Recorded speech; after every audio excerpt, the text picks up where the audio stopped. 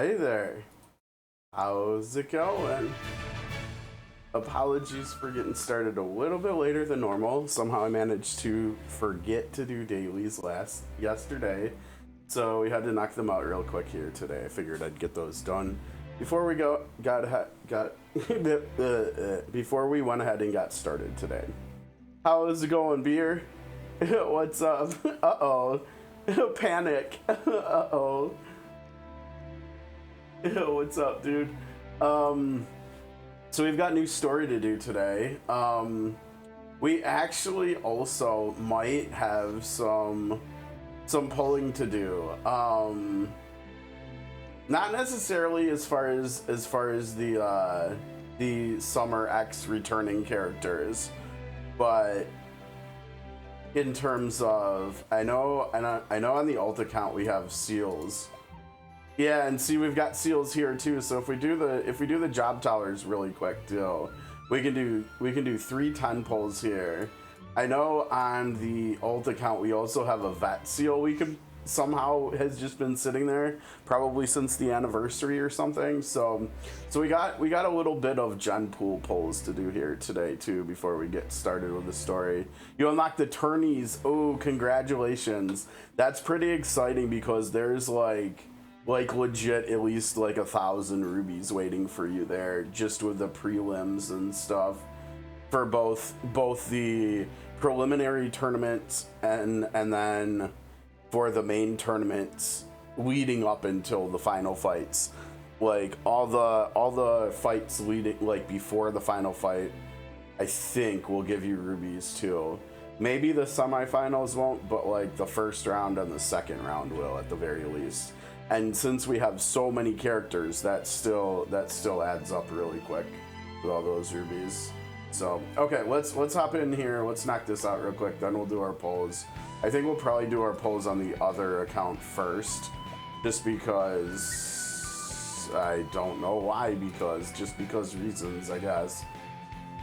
My apothecary team does not auto well, so I think we'll just do this.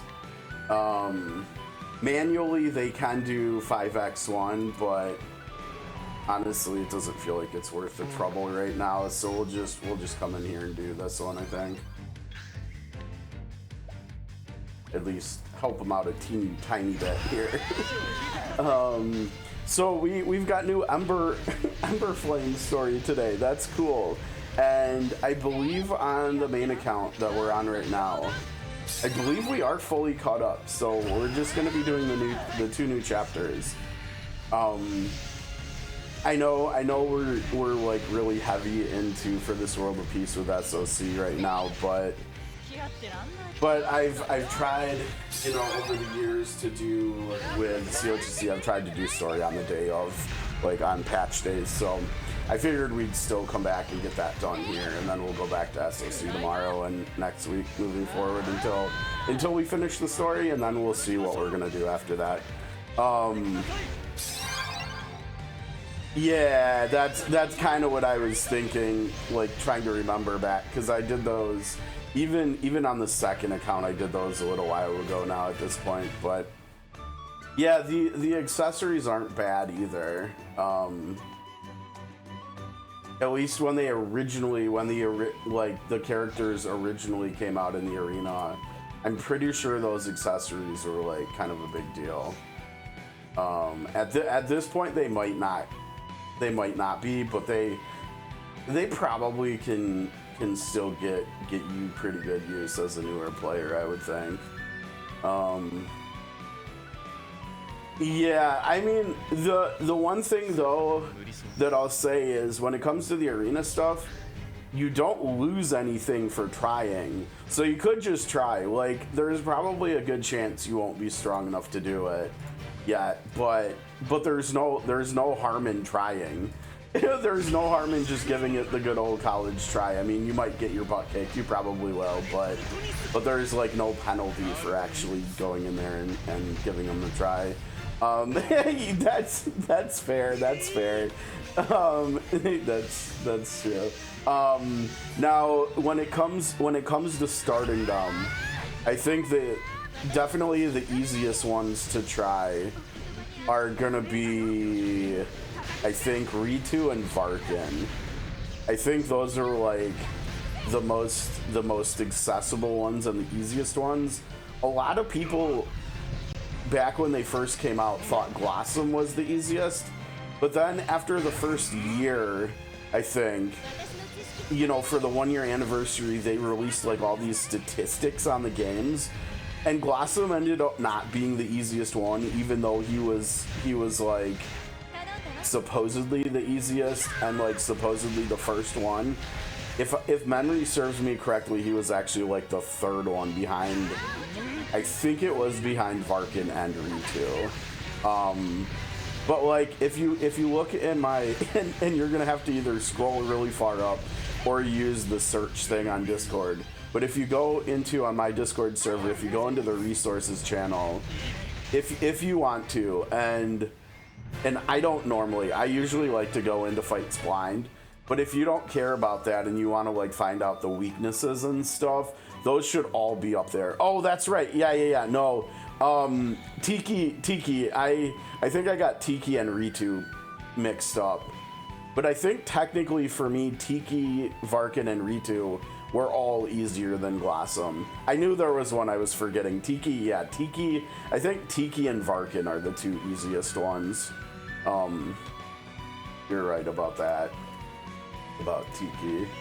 And actually originally when we first started doing these, it was kind of cool because Tiki and Blossom were two of the 3 best ones for us to actually use as players.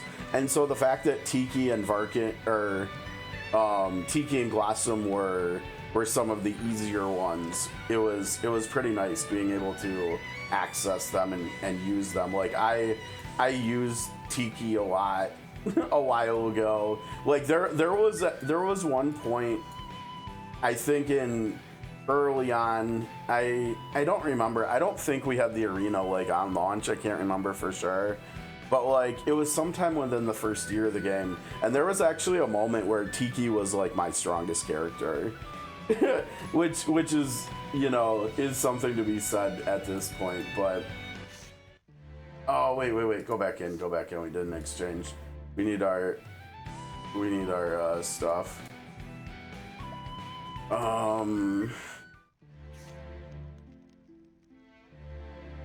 Yeah, I mean there's a few ways around that at this point. The easiest way, the most common way, and it might still be, is to just use Hunter Honnett if you've got her, because she's got a skill that auto crits.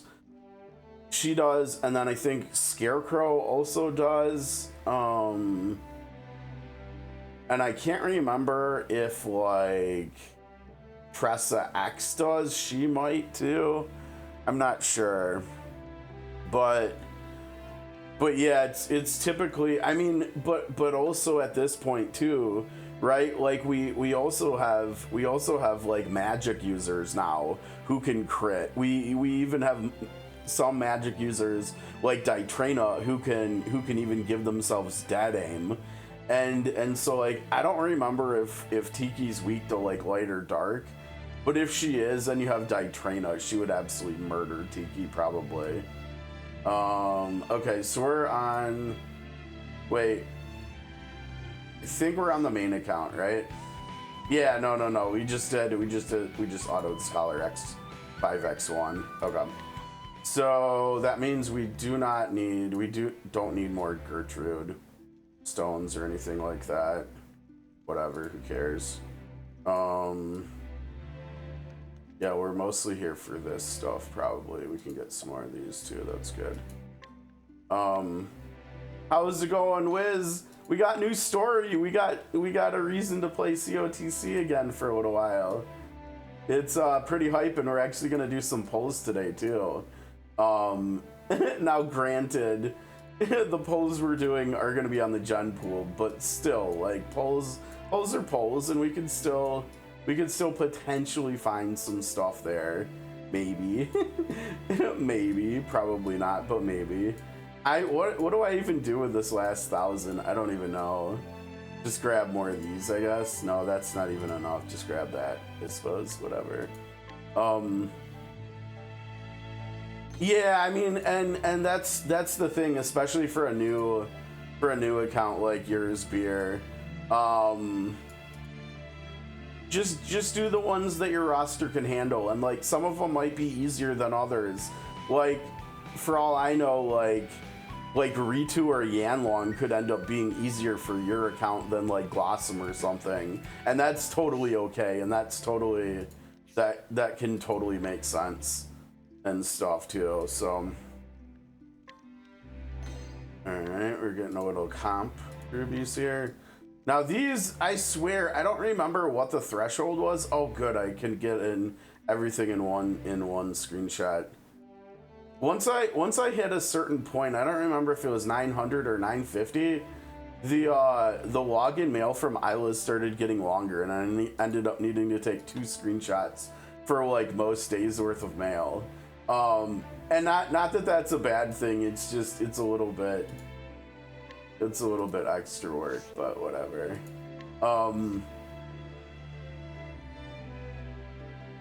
Kane just murdered everything for you, huh, Wiz? I know. I really can't wait. I think when I finally get around to finishing BOA with that account, like Kane is just gonna go crazy everywhere, right?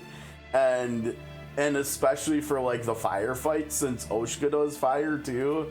I mean, that's just gonna be nuts for some of the fights later on in the story.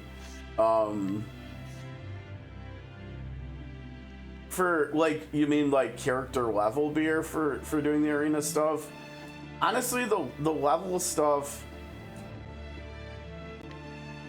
I think the levels just kind of like in 1 and 2, just they're more important for sure in this game than 1 and 2, but they're still not as important as like equipment or like, yeah, like mostly like weapons and accessories and stuff, and maybe even like TP skills and stuff. But I honestly, I wish I could remember what level I was when I did some of those, because I don't remember whether I was actually 100 yet. It like we might have already been 100 when the arena stuff came out. I unfortunately, that was so long ago, I honestly just don't remember.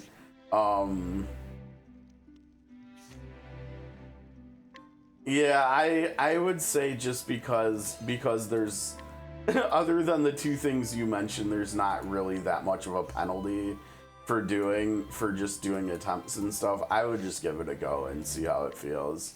And like I said, you might find some are a lot easier than others just because of your roster.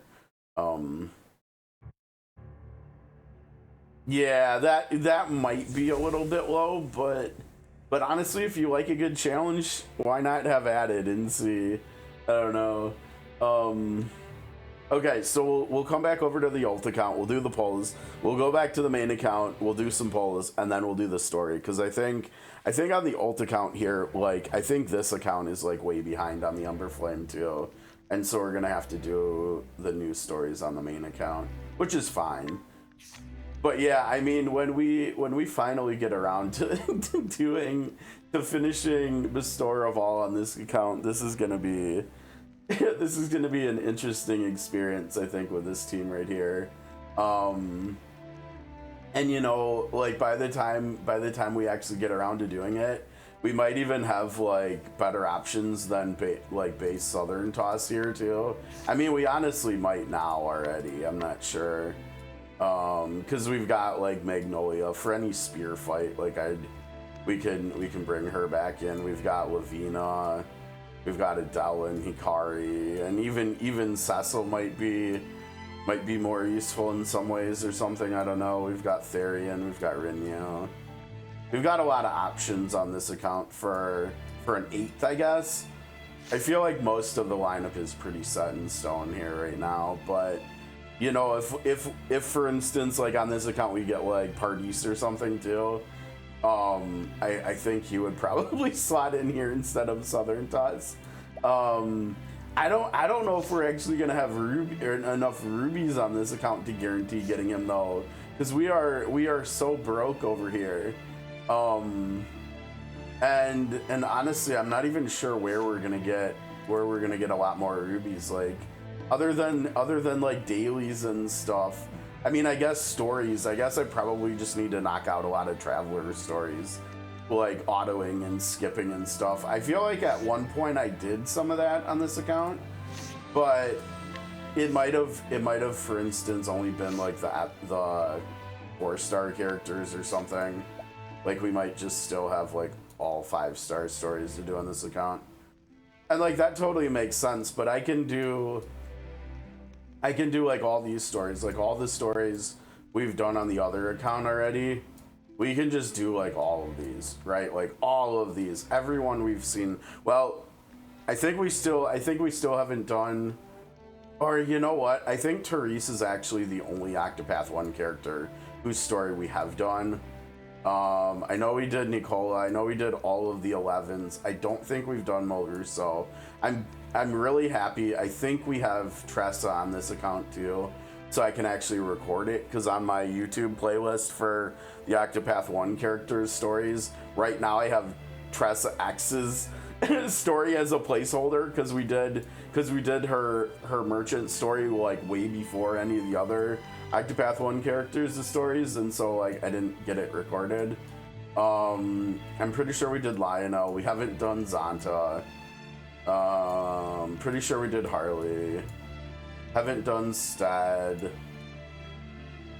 So yeah, there's a lot of these I can knock out. We did Curse Jazz, I'm pretty sure.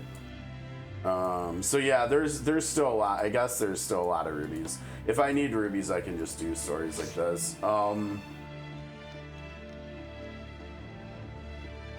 Dude, I can't remember. Did you tell me when you got Estra? I want to say you did. I feel like I remember that was that in the last couple weeks, like since the anniversary? I feel like I remember that. But yeah, Estra is a really nice pickup for sure. Estra is so good. I mean, you've seen me using Estra. Now, granted, lately I haven't been using her as much because I'm doing more like mobbing content with the Pioneer stuff, but like for the 3 times a week stuff, yeah, I mean, she still absolutely murders bosses and stuff. Oh, you got Luvada too, nice. Yeah, I mean, I don't know if you've seen like me messing around with her a little bit since I got her. I think it was it last week, maybe still. But yeah, Luvada looks like she's gonna be a lot of fun too. I mean, for at the very least, like just for the fact that she makes your entire team immune to fire tiles, that alone is pretty nice, right? But yeah, she seems like she's gonna be fun too. You got Nidia too, yo, I'm so jealous. Yeah, and I know Sarah's gonna be jealous too. That's super hype. Honestly, Nidia looks really interesting, like her kit with all the like explosions and the fact that she's a basic attacker. And maybe even the best part about her is that she's actually a really solid character to use the Martyr Bow on. And so then you can finally get the Martyr debuff, like into your team or back into your team, right? Because like, I don't know if before Nidia there was actually a really good Martyr Bow candidate in the game yet, right? Like I tried it for a teeny bit of time on Edda. It doesn't work, because most of Edda's attacking is her out of turn assists that she does because of her trait, and that doesn't trigger the Martyr debuff, because that only triggers when you're doing an active skill. And so it like I think I still have my 5-star Martyr Bow on like Ballista or something, someone I just don't use very much. I could technically put it on Nungull, and maybe that is the best thing to do right now until I actually get an archer who can use a Martyr Bow better, like Nidia. But I mean, I'm still like, having already R13 Nungle, I'm still just not using her for anything. And so like maybe if I put the Martyr Bow on her, I would actually use her a little bit or something. I don't know. I feel like I want to, but at the same time, I don't know how to fit her in. Okay, so let's do, gosh. You know, honestly, I think I'm not even going to do the single pulls on this account. On the other account, I will, because if RNGesus blesses us, Sophia would still be really nice to get on the main account for Magic. But yeah, okay, so we're going to do pulls here. We got 1 10 pull and a vet seal on this account, and then we've got at least 30 seals on the other account.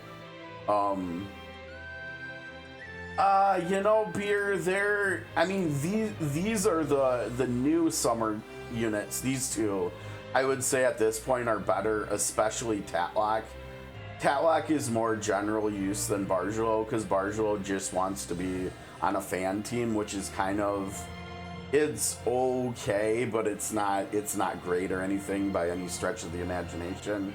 Whereas Tatlock's best attacking skill makes it so that she can break and do good damage to any enemy, because she applies 3 stacks of Dark Weakening before she attacks, and that makes it so that any enemy she attacks has Dark Weakness. And then she does 3 hits, and so she can do 3 hits against any enemy. She's basically like shield shaving, except with dark magic. And if she's fighting an enemy that's weak to darkness, the way that weakening works is if the enemy already has the weakness, it makes it so she'll do more damage. And so it's like good all of the time. And then when you double cast with that skill, or when you max boost it, it double casts too. So it actually goes up to a 6 hit, so it's even better. How's it going, Pixel? Happy Emberflame Day, I guess. As far as these two, the original summer characters here, Beer, Fior X was really good as like kind of a dodge tank, but she's been basically replaced as a dodge tank by Kilns and by Cecil now, and so like she's probably not that great anymore. Sophia X here, probably also not worth trying to get, but I think at this point, as of right now, she technically probably is still the best wind damage dealer we have in the game. And so she kind of has a niche use where she's still really good, but I mean, wind is, oh, you think Odette's better? I mean, that could very well be. I kind of don't care about wind that much anymore, even though I have Odette, so I will just take your word for it, Pixel. But yeah, I mean, oh, nice, Solstice. I'm still like not that far. I mean, I might be halfway there. When I finally finished chapter 2 earlier this week, you know, I saw that chapter 5 unlocked in the event where we're getting rubies and stuff from the story. So I might barely be like halfway through still. So I think we're gonna have another whole week next week of SOC probably, but that's okay. I've been having a blast.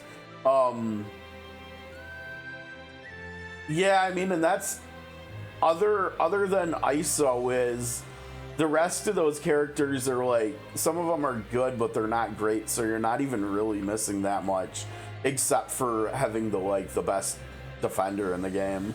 So maybe I don't know, I guess we'll have to see, like, if she gets a return banner, maybe. Do you think you'd have any interest in trying to get her? I feel like I would, but I feel like I probably also wouldn't be able to afford to try. Like, maybe I'll throw like 1 10 pull or something at a double banner, or best case scenario if she just got a single banner or something.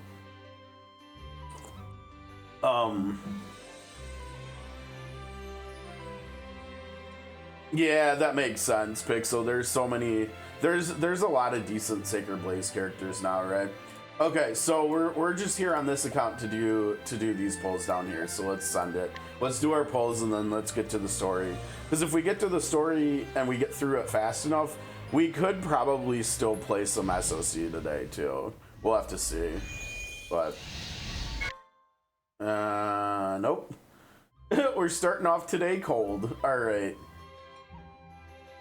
Oh wait, we've got a lot of stuff going on here. Oh, we got more Borderlands 4 stuff. That's true. If we do get to SOC today, we've got to watch the collab dungeon or the collab trailer they put out today too. Don't care. Okay, that's... Yeah, now if anybody wasn't aware, for SOC, we've got Tower of Adversity coming back tomorrow, so that's something to look forward to. Should be more astral shards from that, right? Which is exciting. You know, with yeah. Now it'll be interesting to see whether people will save them, right, for the next season to come out. That's gonna have like Lutfi and Anana and Rico's imprints in it probably. You know, because a lot of us did pull for Anana's imprint, right? But from a lot of stuff I've been seeing, Lutfi's imprint is just like really good on a lot of characters. And so it's gonna be interesting. Obviously Rico is not as highly sought after or anything, but we'll have to see. I can't remember. I think we get her imprint tomorrow too, so we'll have to see how decent it is, or if it's good for anybody else too. Okay, so who are we hoping for here? I mean, so this is the old account. I guess just the usual suspects, right? Like we're hoping for Prim or Hanet X dupes, I think, and stuff, or other good dupes. Maybe like a Wuludai dupe could be cool too. Oh yeah, Wuludai A4 on this account with Kane and Magnolia and Oshko would be nice. Damn it!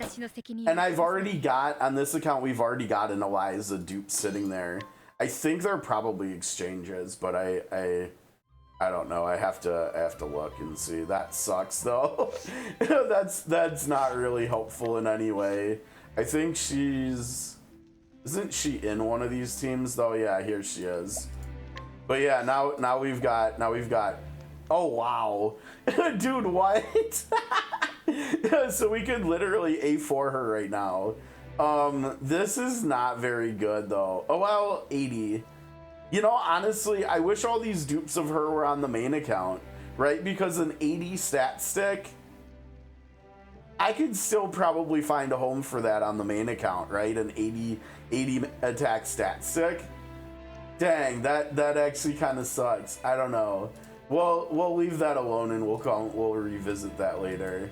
Okay, so she's done on this team too.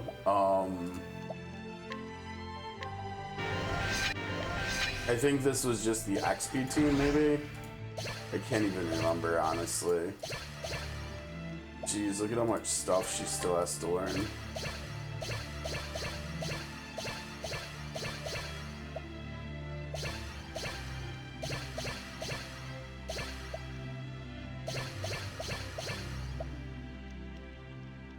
Oh, did you? Now, if you do any pulls beer for like trying to get Tatlock on the summer banner, if you have any interest in Tatlock, like base Primrose, Dancer Primrose, her A4 is good for Tatlock. So that's something like kind of niche to keep in mind if you do have any interest in pulling for her. But I think other than that, like if you don't have any interest in Tatlock X, you're probably okay to. Oh, now that's probably also your first pull. I was gonna say you could probably exchange it, but if that's your first one, and it probably is because you're still new, probably don't. That's not something to worry about. Oh, is it really? I'm not gonna lie, I don't even remember what Tatlax is. Only that I wasn't that impressed with it. Oh, I think doesn't it do like it does 9 dark weakening AoE at the start of every battle, right? Yeah. which is basically whatever for me. But yeah, that makes sense. Okay, so over here,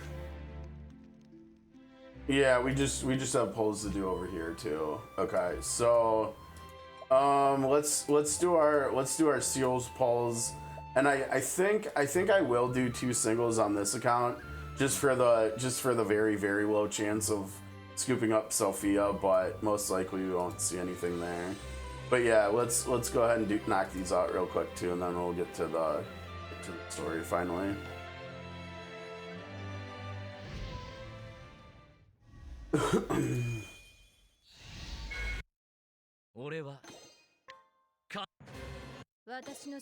I was gonna say I kind of almost want to skip. We don't usually skip on this account, but these are such like throwaway polls anyways. But I guess we'll do the normal thing with going through them all. Oh, I haven't even seen Greed yet. She's still one of the gen pools I haven't seen yet. I'm not sure who the oldest gen pool character I don't have at this point is on the main account. It might be like Nina Lana or something. But that also might be too new. Honestly, it might be someone older. I mean, like we finally picked up Maru, right? Like that took forever to get her on this account. Oh, this part's gonna be Sigrid, isn't it? Probably.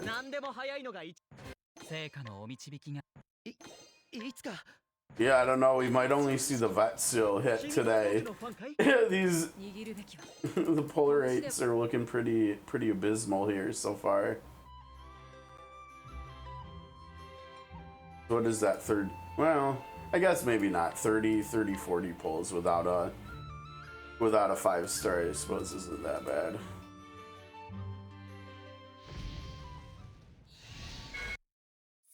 Ooh, this looks like it might be kind of rough too.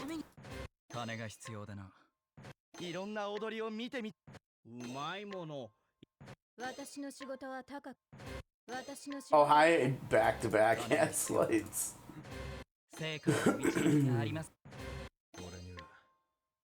Yep, nothing. That's okay. We've got so many new characters in the last couple weeks in both games. It's kind of whatever. Okay, so two single polls here. We're looking for Sophia, but we'll see. I feel like based on the polls we've done already, we're probably not gonna see anything here. But maybe we can reverse jinx something. Yeah, we'll see. Not overly hopeful here.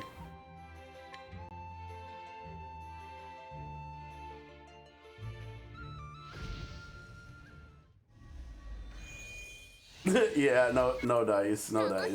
That's okay. Okay, but that gets us to the story anyways, which is why we're here, so that's okay.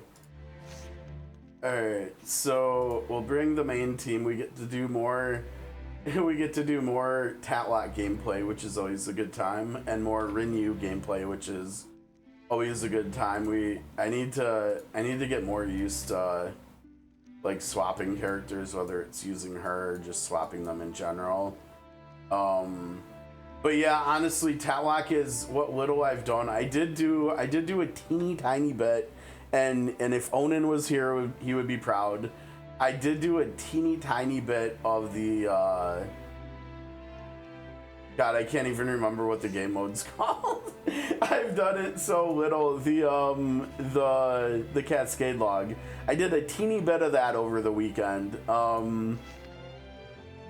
And obviously it wasn't that much. I think I only got through the 3. I think I put the 4th one on auto and my team couldn't get it done. And so like I probably would have to manual it. I don't know when. Where's our reset? I got a week to get through this stuff. I don't know if there were like special feats or something for getting through this that expired this morning, while I was asleep, maybe. Because I'm pretty sure I remember Onan saying that you needed to get them done by by this week. So, yeah, I think that's how I've been doing it. I've only been using one. But obviously, if you're only using one, you have to win. You have to win every phase with the same team. So, and so like the top one here is going to be tough for my team since my whole team is just magic. But everything else in here, my team should be able to do fine. I just have to manual it so we actually get healing and stuff. Okay, shall we get started here? We are here to do chapters 13 and 14 of the Emberflame Story. And I hope they do. I think they usually do, like, actually wait, don't you go to no, that's the other area.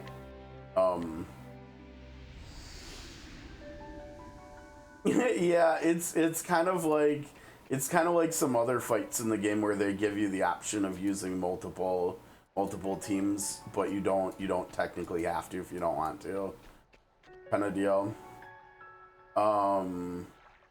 Yeah.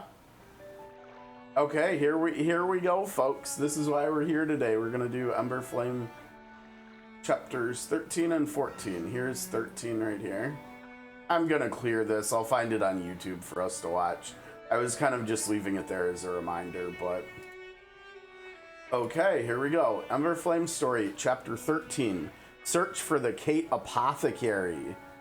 Ooh, this is gonna be a new Kate, right? This is gonna be a new Kate, I think. It is said that divine beast Lutia was wounded in battle with the evil god and sank into slumber beneath the waves. To heal its wounds, you must find Yshuk the Kate Apothecary. Nice, let's go. Alright, sounds good, Pixel. Take it easy, dude. As always, it's been a pleasure, and see you later, man. The accursed halo appeared again a few days ago. Hi, Ditrana. And look at who our favorite, look who our chosen one is. I love it. It's fun being able to bring her back and use her again, because I did use her as a favorite for a while after her base form came out, her dancer form. Well, was it another retainer? Yeah. Fortunately, the halo vanished quickly, causing no harm. However, we cannot let our guard down, especially with Mellow's situation. Right, didn't Mellow, like, steal something important from us or something? Mellow was the Kate thief, right? I'm pretty sure. And she was, like, in cahoots with Esmeralda. And, was it Mateo? Mattias or something? Man, names. Too many names. I think my head is like my memory servers are like full of SOC names right now. I'm kind of crap in the bed here with the Octopath 1 character names. As more retainers are devoured by darkness, our situation grows ever more dire. Okay, I gotta move forward here. One sec. Oh yeah, that's right, because we're doing story on the main account. We got the main account's band name on the t-shirt. Look at that. The band name on the main account here is Underdogs, and we've got an Underdog t-shirt on. Unfortunately, so. And my eyes. I feel like the allergies have been kicking my butt lately. My eye has been so pissed off lately. Have you heard about Lutia, the divine beast of the sea? Lutia fought against the deities, battling all of its foes alone. Oh, dude, that means it must be pretty strong. Lutia must be pretty strong, though, right? Its power was truly extraordinary, said to have stirred a tempest that raged for 7 days and nights upon the seas. Oh, wow. I wonder if anybody like Leon was like affected by that, was like actually out on the water when that was happening. However, Utia sustained grievous wounds from the evil gods' attacks. Now, probably not, right? Because the way they're talking about Utia fighting, I'm assuming they're talking about Utia fighting Goldera, right? That was probably long before Leon was alive, right? Lugia, maybe, I don't know. Some of these Divine Beast names are pretty interesting. To this day, those wounds remained unhealed as it slumbers in the depths of the sea. Oh, dude, wait, we're gonna be going onto a boat today, I bet, right?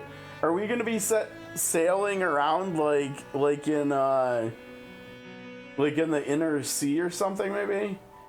It kind of sounds like it wasn't on the inner sea though, but maybe it was. The evil god's attack left not only physical wounds on its body, but also deep scars upon its spirit. We know not even whether it shall ever awaken. Well, we can at least try. Tatlack's like, let's try. Indeed, let us do what we can. First, we must heal its wounds. Well, leave it to Tatlack. I'm sure she can handle that. What of the Cade Apothecary among the sages? We shook the Cade Apothecary.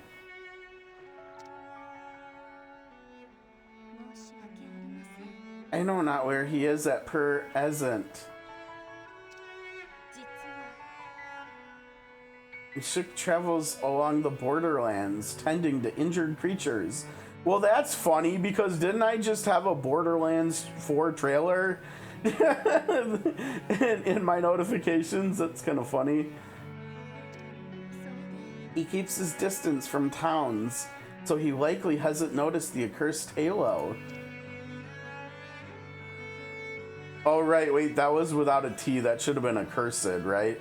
Accursed is when there's a T in the word. Indeed, mayhap Reek would know something. Oh, yay. We get to talk to Reek.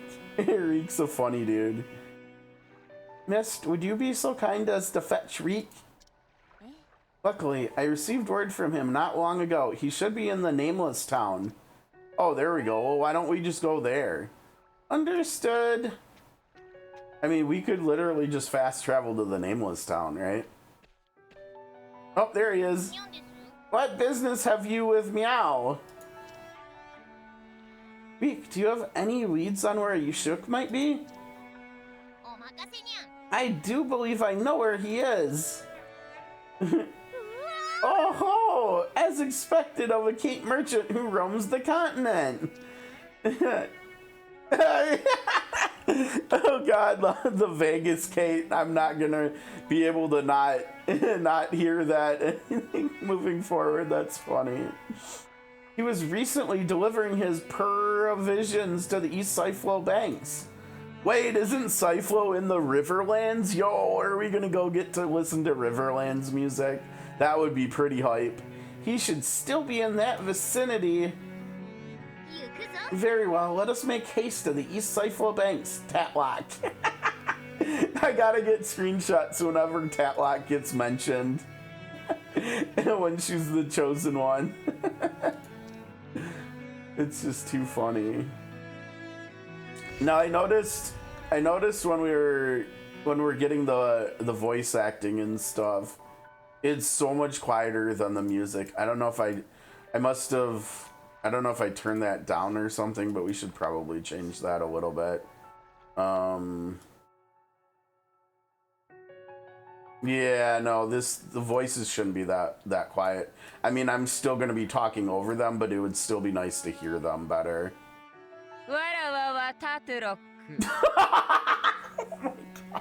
Of course they use your favorite for showing you the volume settings.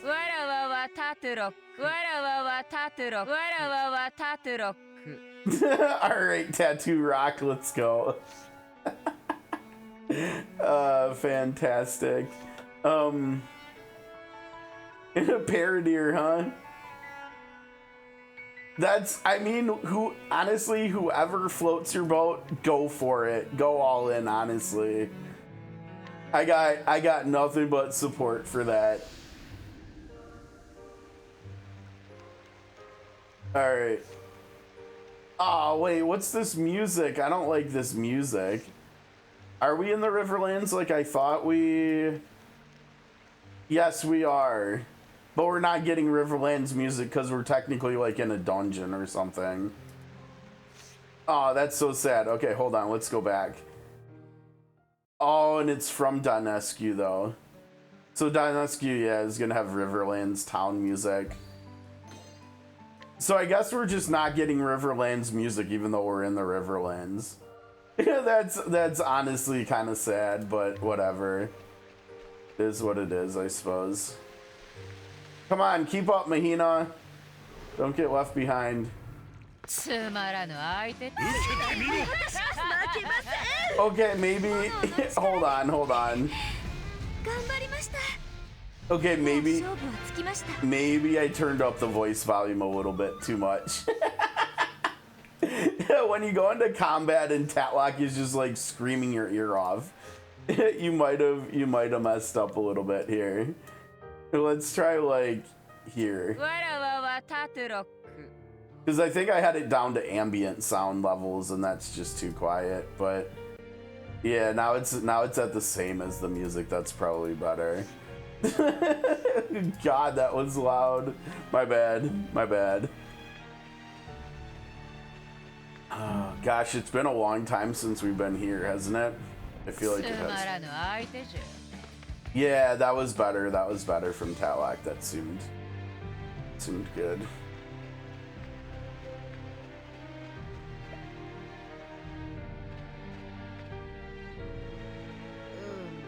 He must be somewhere around here.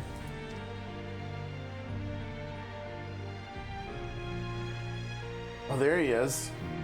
Wounded by monsters. Fear not. Leave it to me. Aye, Yushk. Did he pronounce his name as Yushk? Like the second U is silent? It kind of sounded like it, right? It sounded like Yushk. Okay.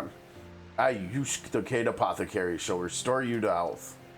Oh, I like his design. It looks like he's almost got like either like an eye patch or a monocle on or something. It's Yushk himself. But he ran off, so now we have to chase after him. Oh, here he is. Dude, look at all the animals he's healing. That should do it. Oh, I already like Yushk. Now, something we already know is that apothecary characters in this game are often quite strong, right? We've got Shanna, we've got Rinux, we've got, Xenia, we've got Primex. We've got a lot of really strong apothecaries in this game. So we'll have to see how his kit is. I don't think he's in the game yet, right? We should probably check, but I don't think he is. Let me take a look, or let's take a look here. Oh gosh, this is way too big again.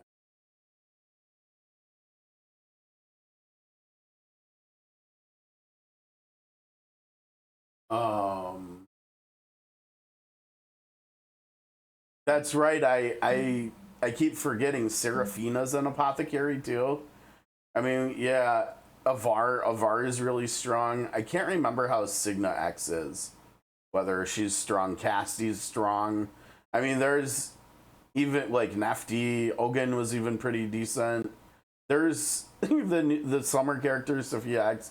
There's just a lot of strong apothecaries in this game, right? And so when they add Yushk here, should be a probably a meta character, which I guess technically would make him the second. Honestly, probably the second 8 meta character, like after Kilns, right? I mean, like I was kind of support. I mean, I guess I was like a backpack meta if you're doing magic, right? But I mean, Reek definitely is not meta. Or at least he wasn't for very long. Maybe he was for like a month or two or something. And is that is that it right there? I can't remember. There's kilns, there's... Yeah, because we don't have the cleric yet in here. Isla, we already touched on. We don't have a dancer Kate yet. Yeah. Now, did we ever look at this character? I don't even know how you would pronounce this character's name. I don't think we did. I think this might be a new character here. Oh, I guess not. June. Wow, where have I been? This character is 2 months old. You know what? Was this an arena character? Because then maybe we did look at her. I think we looked at her already. Wait, this isn't where you look for that info, is it? Yeah, I think we looked at her. I'm pretty sure I remember looking at her. Let's see.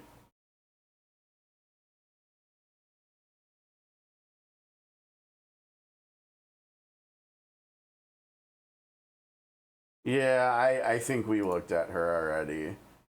Oh, did we look at Aviette though? When did Aviette get added?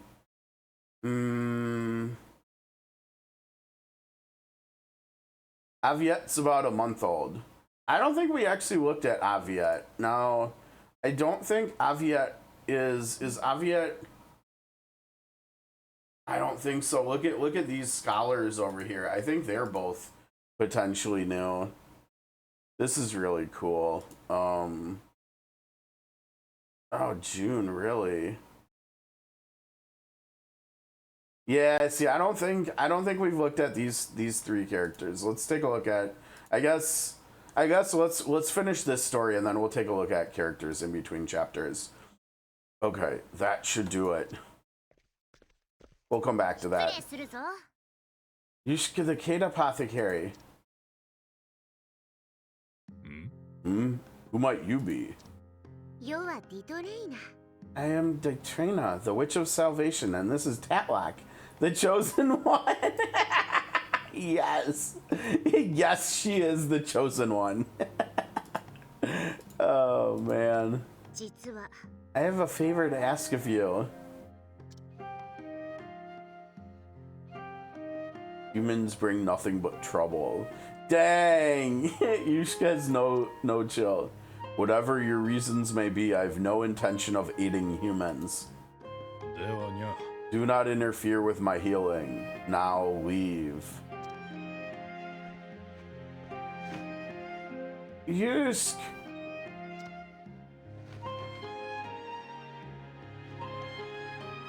More herbs are needed. I must go a gathering. We can help you go a gathering, though. Come on.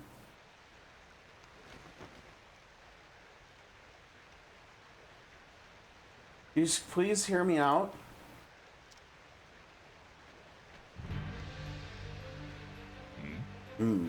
What is it?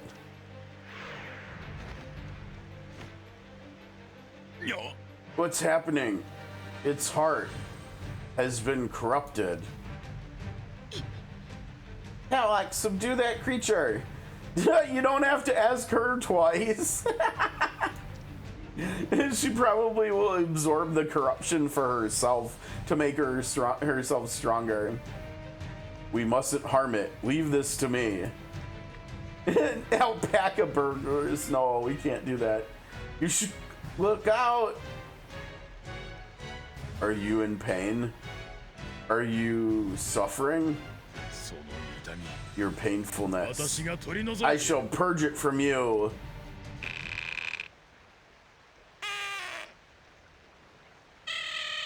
Oh, that was happy noises there at the end. Oh my, the dark curse has vanished? Very good. What did you do, Yushk? I stimulated the points that calm the spirit. One must make good use of their claws. That's the Kate Apothecary! However, what in the world happened to that one? Well, that's why we're here. Now are you ready to listen? How could this be? You think such a thing would happen? And Mello, I can hardly believe it. We must awaken Lutia before Mello does. Would you please heal Lutia?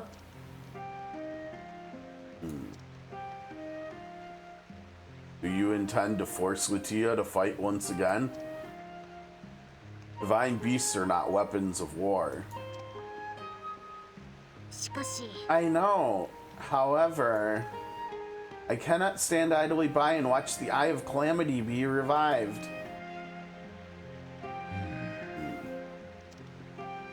We need the power of the divine beasts, not merely for humanity's sake, but for all living beings in this world.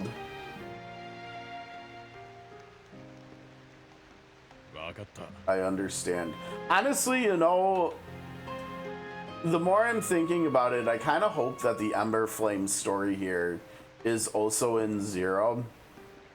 Because this story's gotten pretty big at this point, right?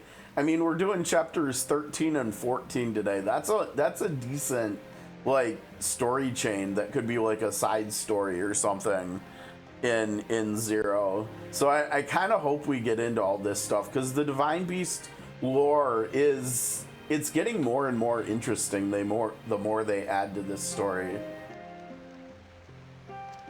So we'll have to see, but I hope we see it in it too. Really? Will you lend us your aid? To heal Lutia, we must obtain a special medicine. That shall be my duty. But that alone will not suffice. I shall also need the power of the ocean's retainer. Very well. Then Talix will gather what we need. Yeah, she will. Talix, like, you got it. Let us return to the Sacred Springs and report to Aviette.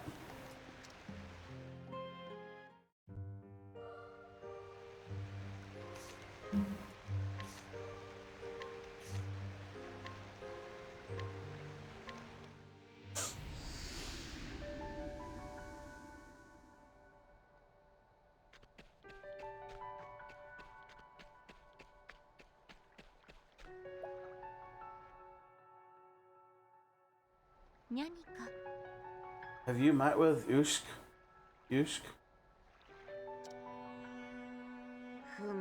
Yes, he has agreed to help find medicine to heal Lutia. You know where the ocean's retainers are? There are clownfish at the Radiant Reefs and stingrays at Rippletide Coast.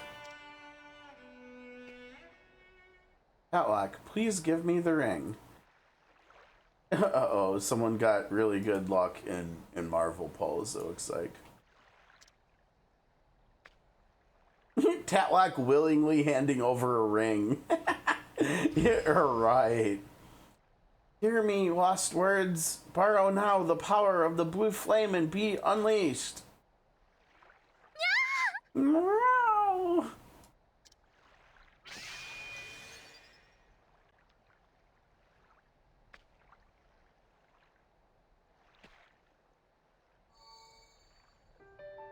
Now you'll be able to speak with the ocean's retainers.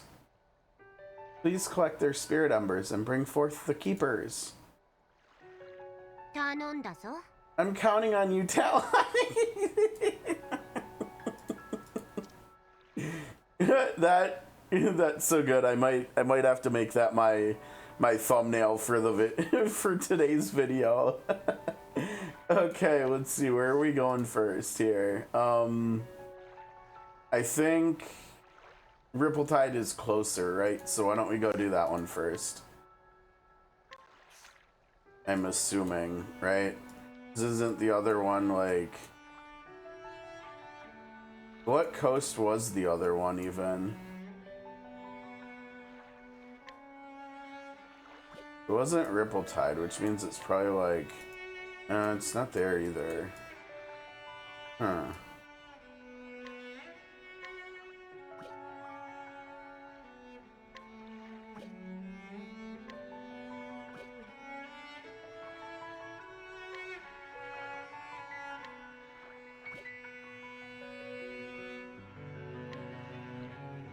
Yeah, I'm not even sure. Let's go back and take a look.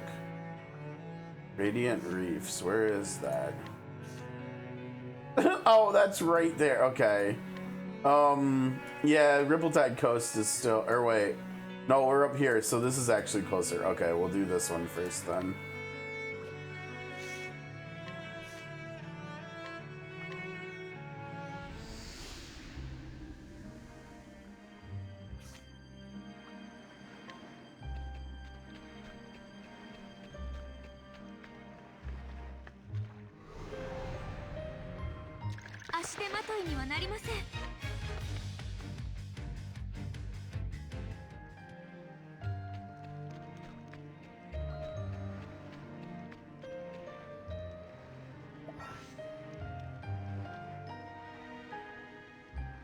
Alright, Ocean Spirit Ember, Clownfish Hide and Seek. According to Aviat, the Kate Cleric, it seems like a fish with Spirit Ember has appeared at the Radiant Reefs. Seek it out. We're getting Clownfish's Ember. Oh, there it is in the water right there. Can I help you? Lord Lutia's Spirit Ember. I have got it here. For I am no ordinary clownfish. And seeing as you can understand me, you are no ordinary human either. The Chosen One. Just what I expected from one so extraordinary. Which is funny to say about Tatlock, right? But an extraordinary person inevitably encounters extraordinary loneliness. But what about Bargello? Most of all for myself. You see, I'm a master of hide and seek. None of my friends have ever found me. And one by one, they all stopped trying. Oh no. So basically, you ghosted your friends, is what you're saying. Okay. Until one day I peeked out from my hiding spot only to find myself all alone. Oh no. The sea herself was fresh water until I smothered her with tears. Oh no. Tell you what, play hide and seek with me. Find me and my Spirit Ember is yours. Dude, he's totally, I don't know if it's a he. It's totally trying to ghost us now too. Since you're just a novice, let's have a practice round first. This cavern has several places to hide. I will be in one of those spots. Check around and see if you can find me. Now I kind of hope it's gonna make it take longer, but I kind of hope like the game doesn't like actually tell me on the map where it's gonna be. Like we actually have to go. Okay, good. We have to go around, search for the clownfish. There's no way it's gonna be here, right? Oh, we got a battle. Can we run from the battle? No, it would take us out. All right, well, I mean, I'm pretty sure like Tatlock Dancer's passive is probably just gonna kill these level 25 enemies, right? We'll see. Yeah, okay, so we don't actually have to do anything. We just have to... Well, that obviously was not what we were looking for. This is a pity. I'm not there.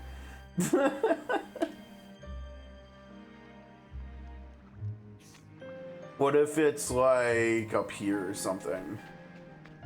I bet it's gonna be like far away from where we are, where we started, right?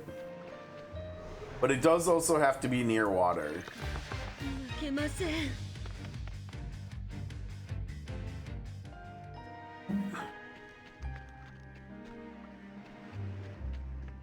Oh man, not on the bridge. I was really hoping it would be on the bridge.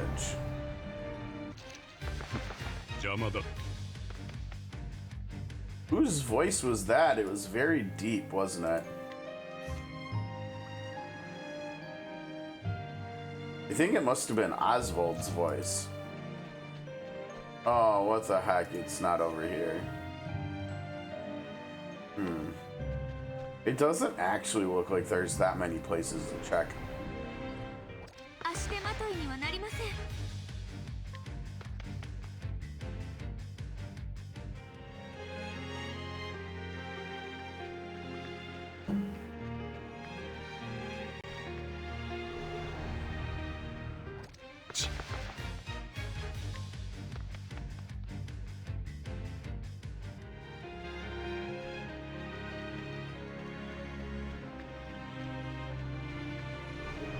There's another place to check.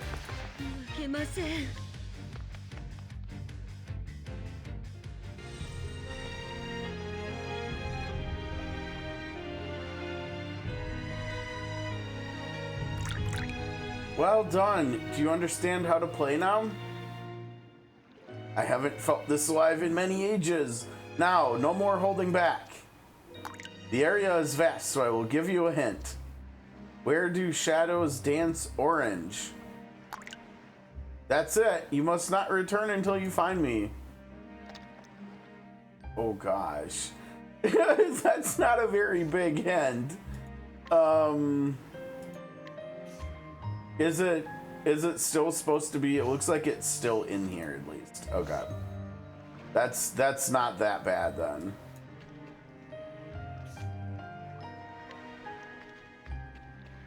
I thought it was gonna be like hiding somewhere else in the world.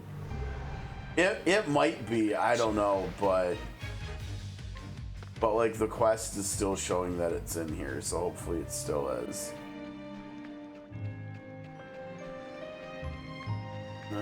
Here we go.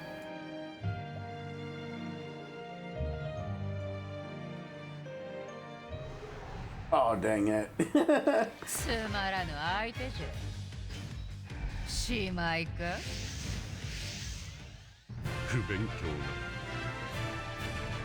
It's so funny seeing Tatlock celebrating with Tatlock after combat. Alas, did I not mention the orange dancing shadows? Better search other places. Yeah. Now its voice seemed to be coming from like the south in here, right? And so like maybe it might be like over here or something. Because that actually ended up working for finding it the first time. Right, like it was actually, the text box was to the right when we first checked the spot, like from afterwards, and this time it was like below us, so it could just be a coincidence, or it could actually be us, or like the game telling us which direction the voice is coming from type deal. So like right here maybe. Maybe not.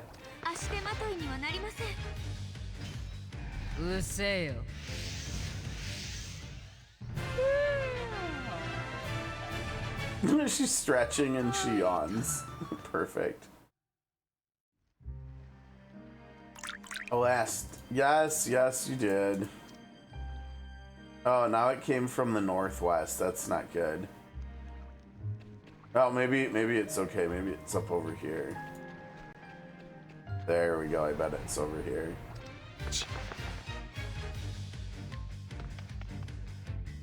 We probably could just auto everything, right? Since Tatlock will win every fight. Anyways, should be here, I think. Here we go. There it is. Impressive, you found me. Well, obviously, Tatlock's like the GOAT. As expected of the chosen one, who knew it would feel this good to be found. Ah, it's been so long since I played hide and seek. What joy! Thank you. Here's the promised spirit ember.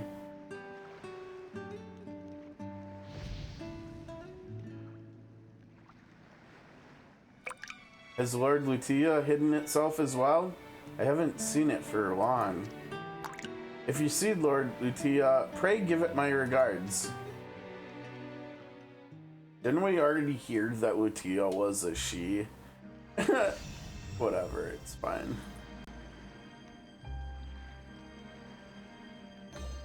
All right, let's see what we got here.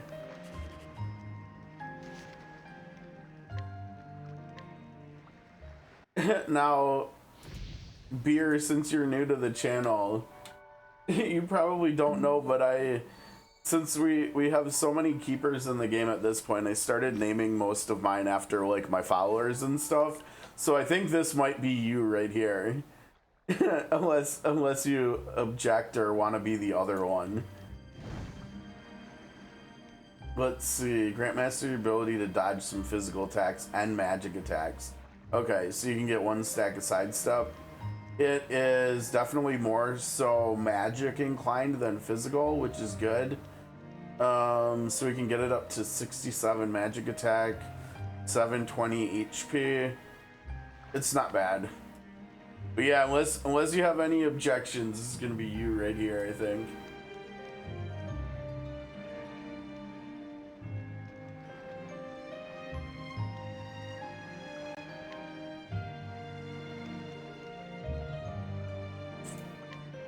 And yeah, let's give you.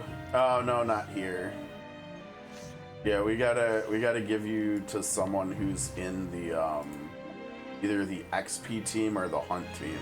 Actually, ideally, if we can find someone who's in both, like maybe we probably give you to you get to hang out with Bargelo, I think.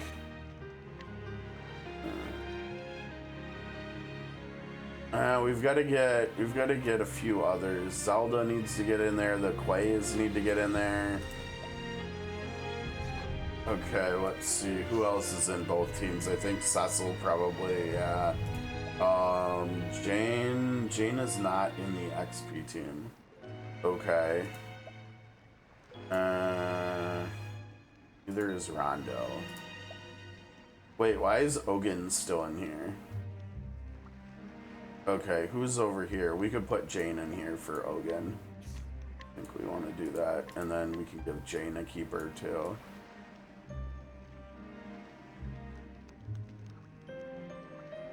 Where is she? Shouldn't she be in here? Isn't she 6-star? Maybe she's only 5.5 stars. She's down here. Where are you, Jane? Maybe... Here she is, yeah, she's 5.5.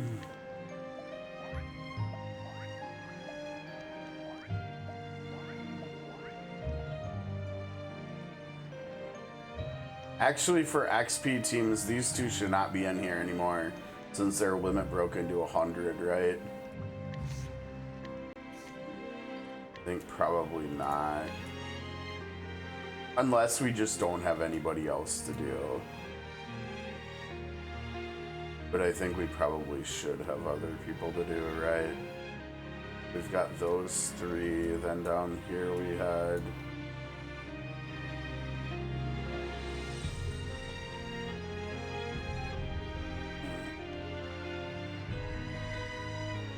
Yeah, I mean, honestly, we might just not have any other better options. And I don't think we have...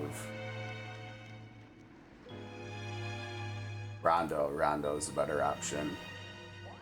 Let's get Rondo, and he's in this team too. Rondo should be getting his 6 stars soon, I would imagine, too, right? Like, feels a little bit funky that we're still waiting on him.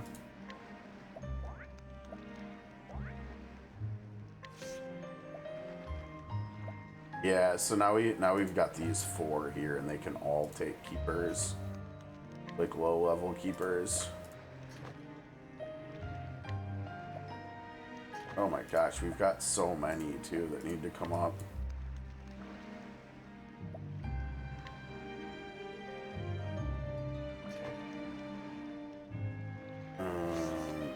Venue has neck.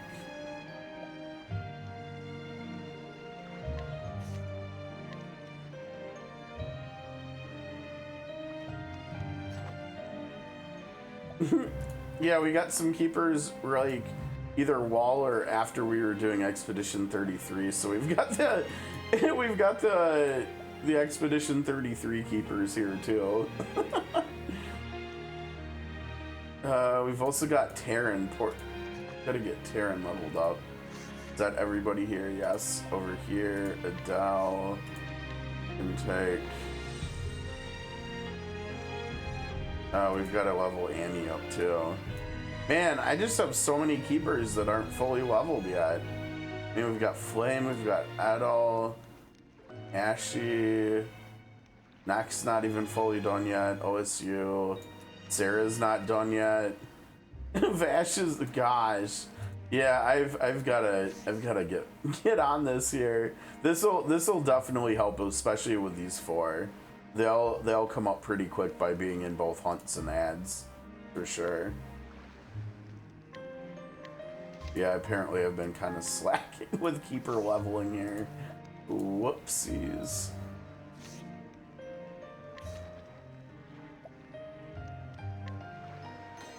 Azure Armor Drake. That's what the new, I guess the new Divine Beast is classified as. That's pretty cool.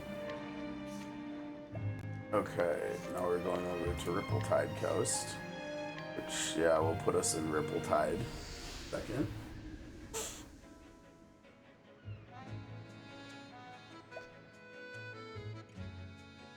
Konnichiwa. Konnichiwa.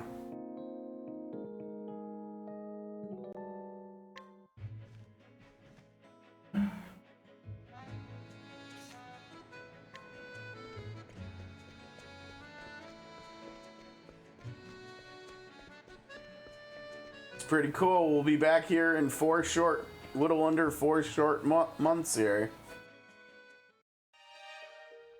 I would assume we'll be returning to like towns like Rippletide and stuff. Because why wouldn't we?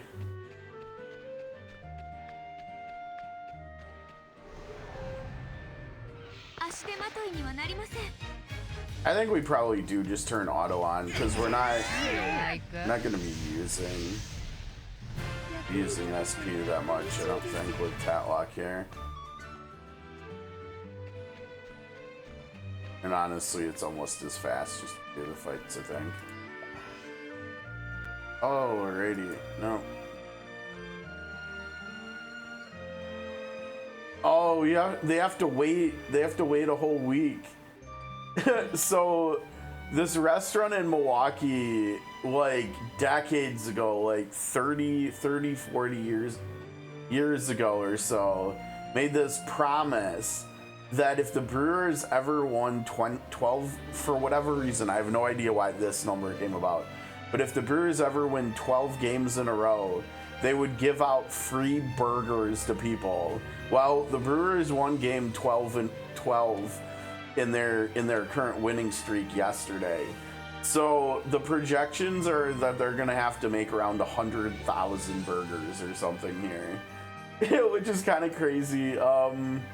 It's they're gonna be busy. No wonder they need a week to get prepared and stuff. I mean, how many people like cooking them are they gonna need, right? Because it's probably all gonna be in one day, like a week from yesterday. So that should be kind of interesting, and it would really be something if the Brewers don't lose between now and a week from yesterday too. That would be really cool. Oh, what's up, Kuma? How's it going, dude?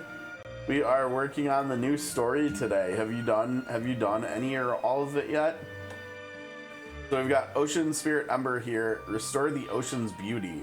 According to Aviette, the Cake Cleric, it seems like a fish with a spirit ember has appeared at the Rippletide Coast. Seek it out. And this is Stingray's Ember.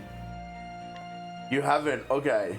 Well, we're here and we're working on it. We've got a we've got a new favorite, obviously.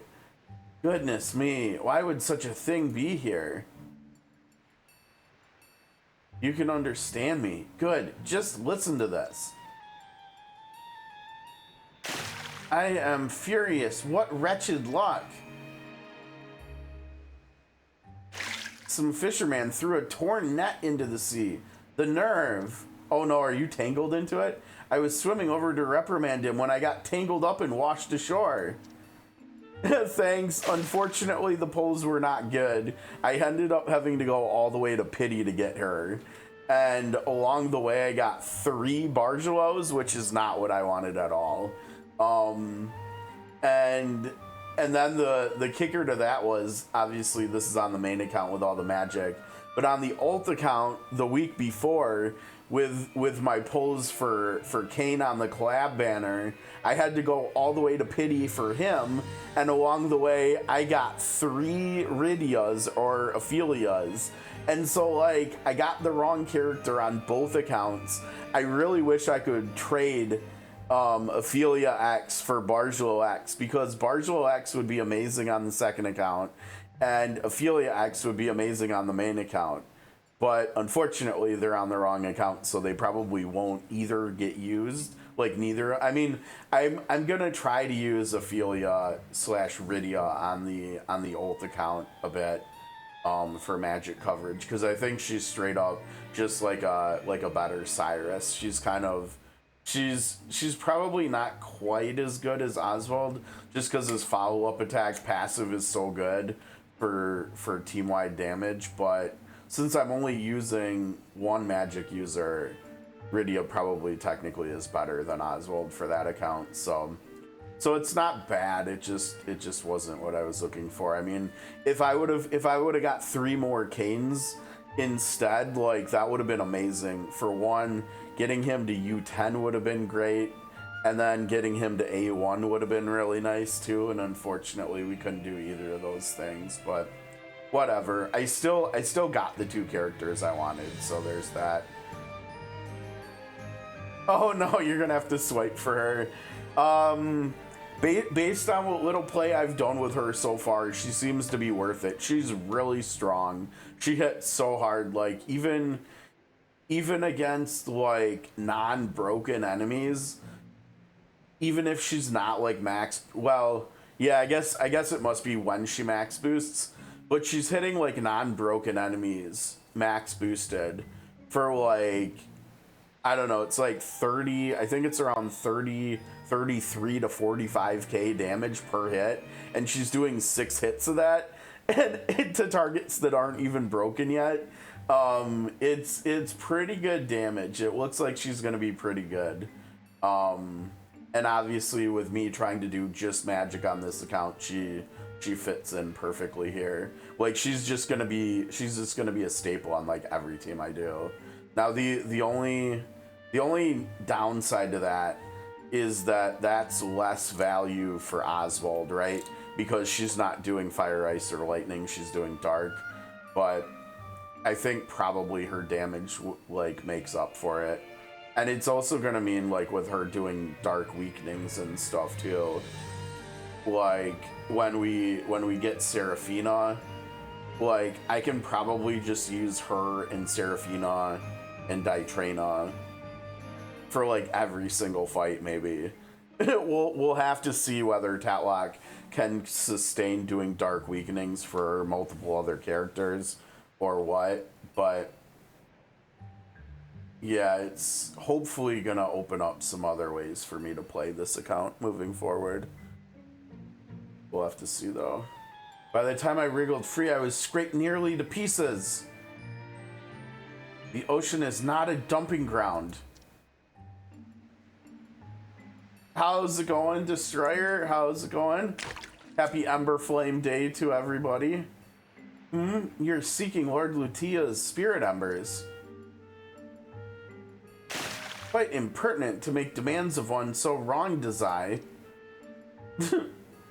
If you truly care for the sea creatures, then you'll have to prove to me that you're better than that fisherman. Have you found the retainer? Hi, Ditrina. Oh, it wishes to test your sincerity. How about the trash littering that shore? Alright, we're doing garbage pickup here. Let's clean it up. Alright, trash collector Tatlock, let's go. Definitely Tatlock collecting trash on the beach today was not on my bingo card, but here we are. Oh, you pulled one last time before the collabs went away? And what did you get, Destroyer? You got something good, didn't you? It sounds like you're setting me up here for something good. Oh, you got Agni, nice. Let's go. And did you have either or both of the others already?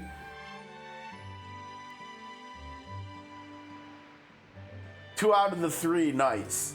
That's where I ended up too. I ended up with the other two besides Agni, which honestly is probably how I would have liked it. I think I could be wrong, but I felt like out of the three, Rosa was the one that I wanted the least. Oh, that's sorry to hear that. Hopefully that's not too bad for you. I don't know whether you wanted him or not, but if you remember it all, he was the main one of the three that I really wanted. So I was happy I got him. I was not happy I had to go to Pity to get him though. That was a little bit rough. And then obviously getting the pulls along the way that I was not looking for either was a little bit rough as well, but what are you gonna do? Sometimes RNGesus is just not with you. Alright, last piece of trash here, I think.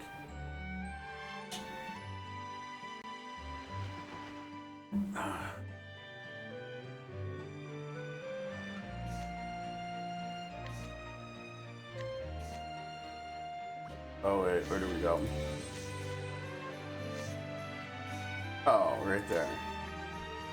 Already? That's right. You've had like really rough, but technically that wasn't an MT banner though either, right? It was. But does that mean the next MT banner we get you're gonna skip though? With all the trash gone, the shore is positively gorgeous. That should convince the Stingray. Hopefully.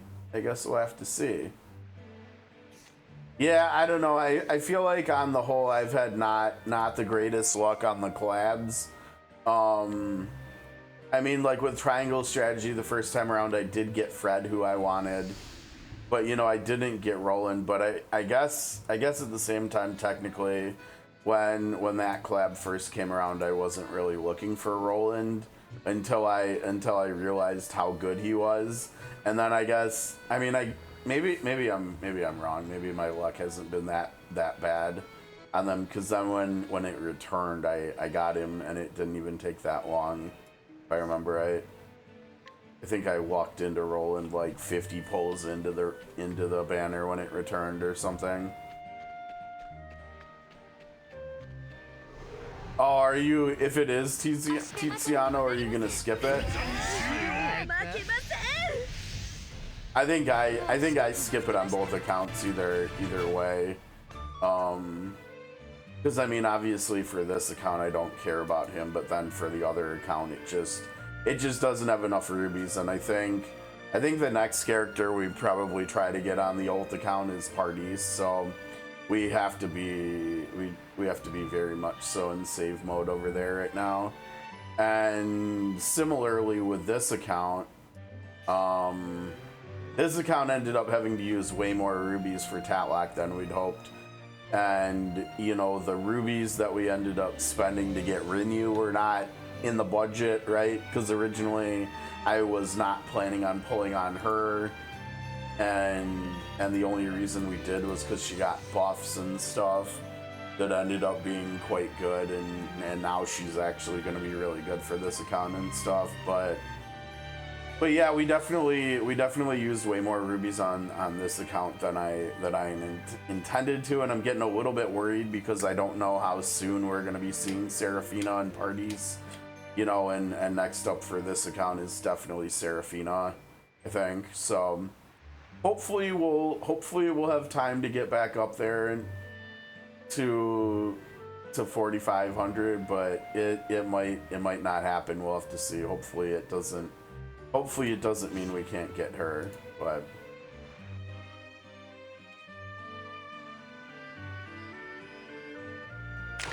oh my, did you clean up the trash? Well, it seems you were sincere all along. Indeed. How's it going, Taco? Welcome. Happy, it's going good right now. Tatlock is in garbage cleanup mode on the beach. she's cleaning up the beach here for the stingray retainer. We're trying to get the retainer light or whatever it's called from. Damn, this net's got a big hole in it too. Nah. How can you catch fish with a net like this? Best to toss it. Dude, he's gonna go toss this one in the water too. Dude, these people just like litter on the beach like all the time. What in Lutillo's name was that? Yeah. The stingray's pissed. How many more creatures must their litter harm? You must do something. And he dips out. Destroyer, I really hope you're right. That would be absolutely amazing if we have to wait that long for her in parties. I really hope you're right, because that would be a huge gap here. Now, if we briefly, really briefly step away from the game here and we look at the poll schedule, right? In Japan, the gap between Tatlock and Seraphina was July 18th to October. So August, September, October. So it was a little under 3 months time. And so that would probably only, and you know, our rate has been a bit accelerated since NetEase took over. Now, conversely, they've also slowed down a lot lately, right? Compared to what they were originally doing. But we still might only be 2 months out or something. We'll have to see. And honestly, at this point, I don't remember how many. I don't remember how many. God, I don't remember what I was gonna even say.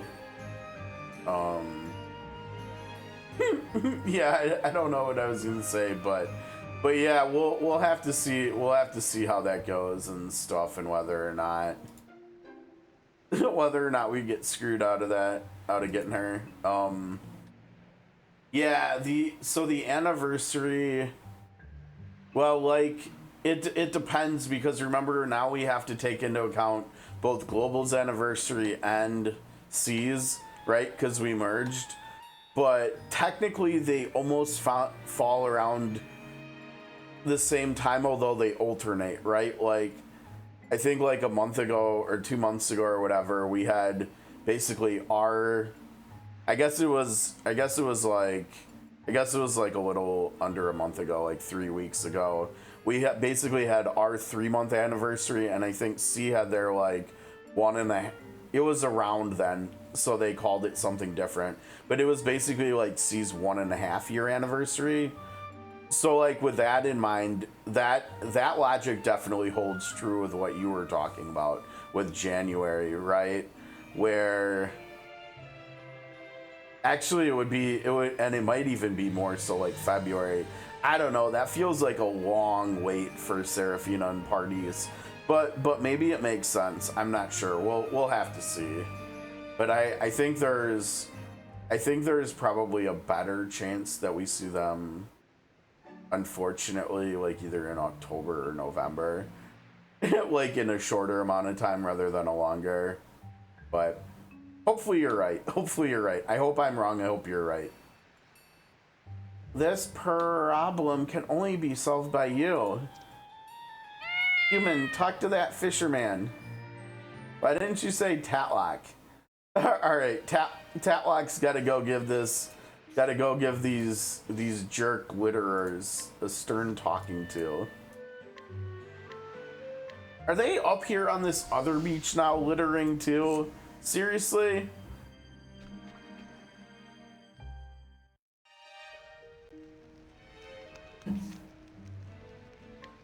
Sure looks like it. We better knock some sense into them here, I think.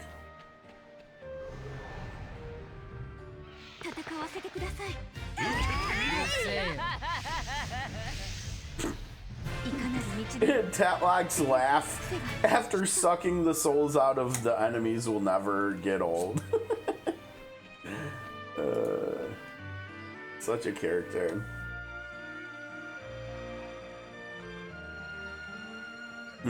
Don't throw trash into the sea. What do you expect me to do? Carry it around for the rest of my life?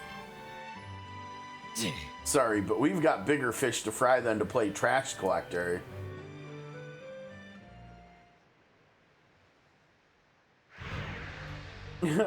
Ah! Heck, the net, it's got my leg.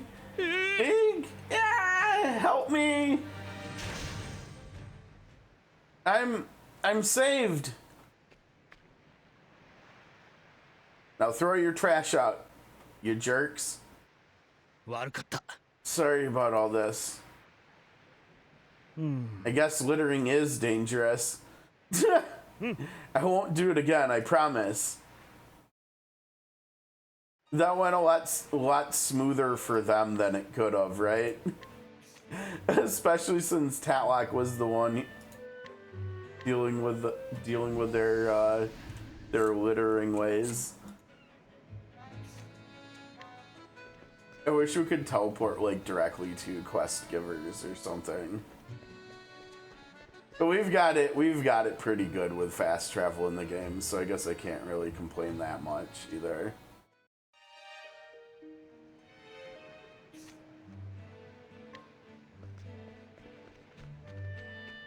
I wonder if it would have been actually faster to just walk there from the other region, right? Because we're still having to walk a ways here too.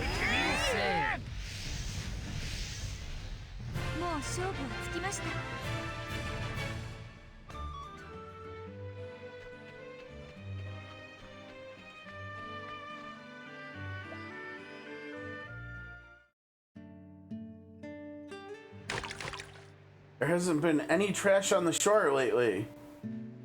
It's surely thanks to your efforts.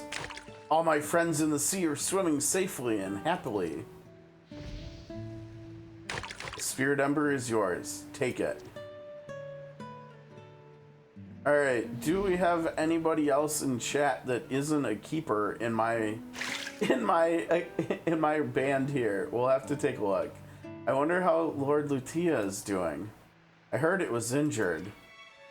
Please take good care of Lord Lutia.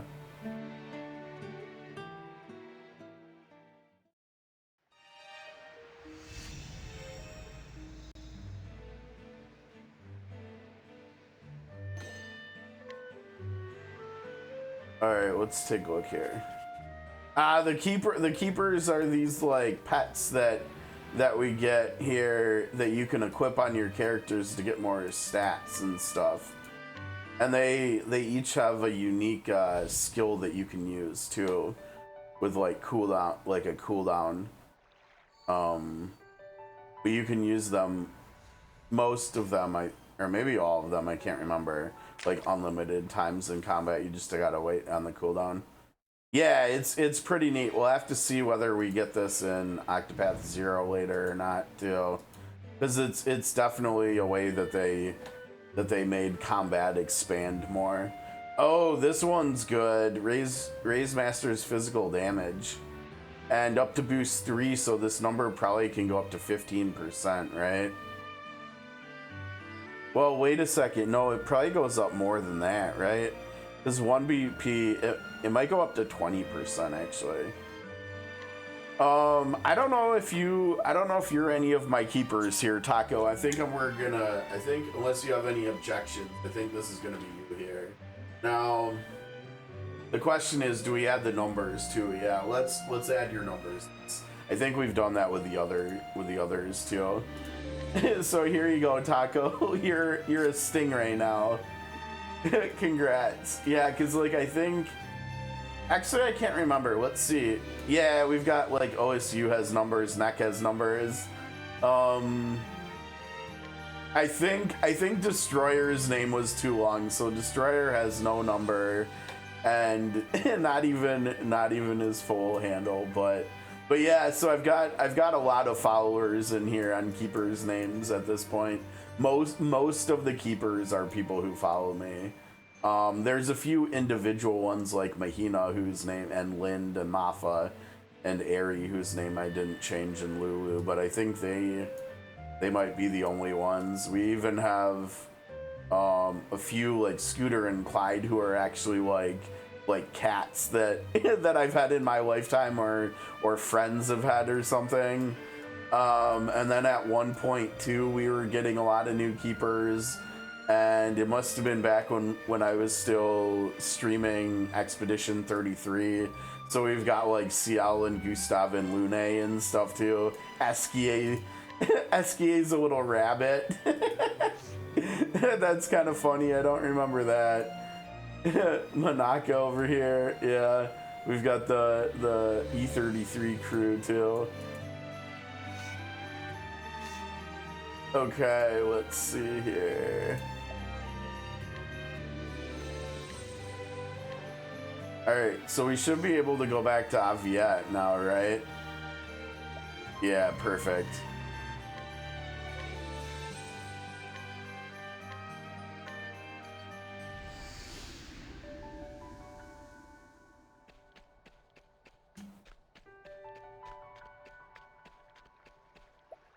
Hello, we are back. Well done, Tatlock. 2 keepers have been born. Yeah, way to go, Tatlock. You're doing great as the chosen one. I now know where Lutia slumbers. Now we just need Yushk's medicine. Let's trust in him and wait here. Okay, we're just gonna chill. Oh, that's it. Okay. I guess I forgot that each Divine Beast usually has 2 chapters, right? There's the first one where you gather the Spirit Embers, and then there's the second one where you actually get the Divine Beast, like, awakened and such. Okay, so wait a second. That looked like it... No, it only added 2. Okay. Here we go. But don't we need to do the other 2 first? Maybe technically we don't, but we should, right? We definitely should, because it's more keepers. Let's see. Sea Cavern. That's going to be over by Grand Port too, I'm assuming, right? Dude, did I see that right? It's a penguin? Yo, we're getting a penguin keeper. It's going to be so cute. It better have like a skill that has to do with being adorable or something. Like the naming wise. Now this should be interesting. We might, on auto here, we might actually have to fight because the enemies are like, what, level 65? Yeah, she didn't do enough damage. Oh, Fred doesn't do... Here goes Talak. This animation is so... Look at her damage, dude. Look at her damage. She just did like over 300,000 damage to a non-broken enemy. Yeah, Tatlock actually pretty decent. Or should I say Tatlock X?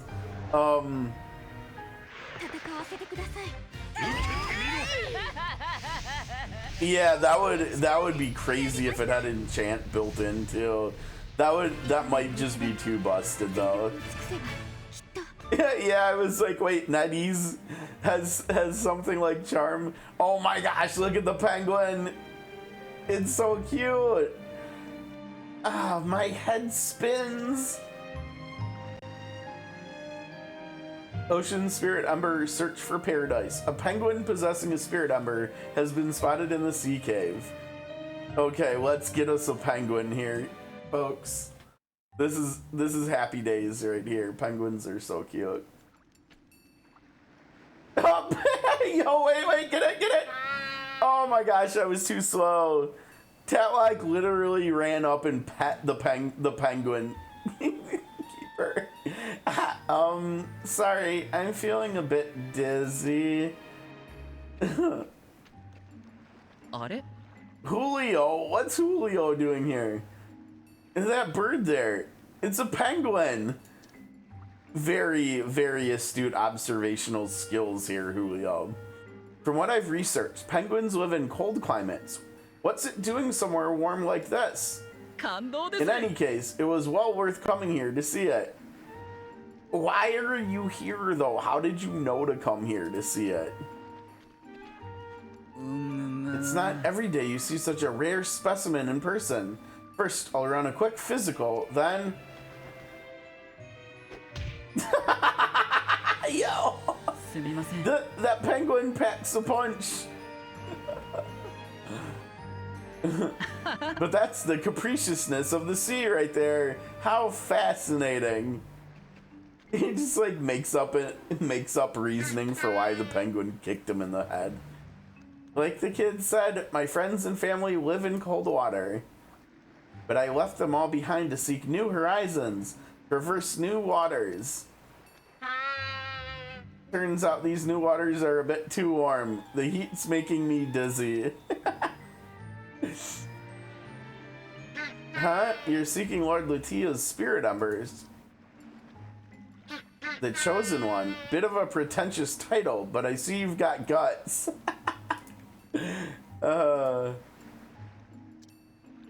Since you're so gutsy, why not help me find the perfect home? Okay. Preferably somewhere with a water source. If you can find me a place to settle permanently, I shall give you my spirit ember. Okay, now obviously we need to go somewhere further north, right?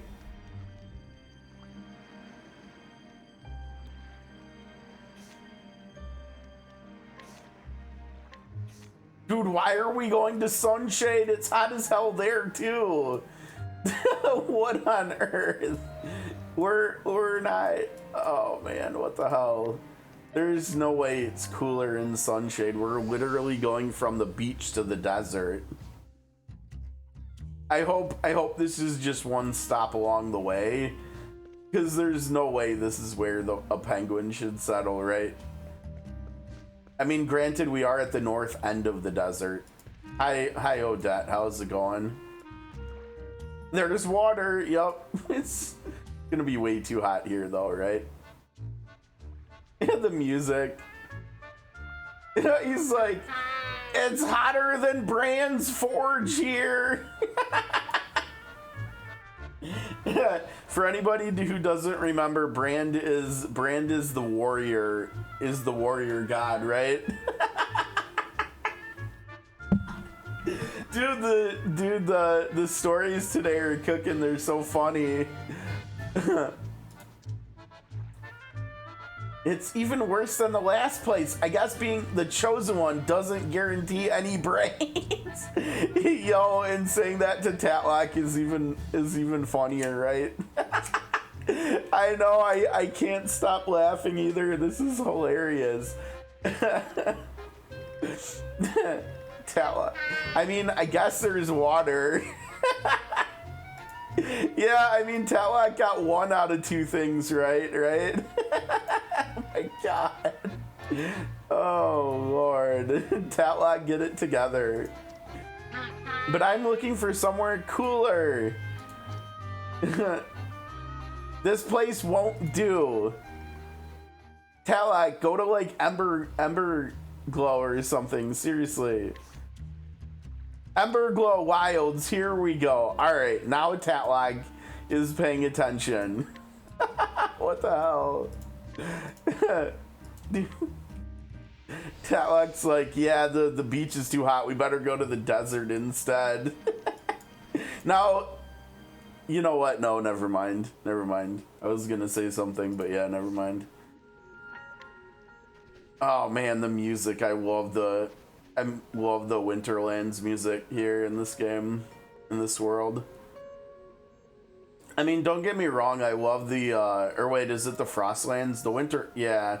No, it's the Winterlands here, right? No, it's the Frostlands.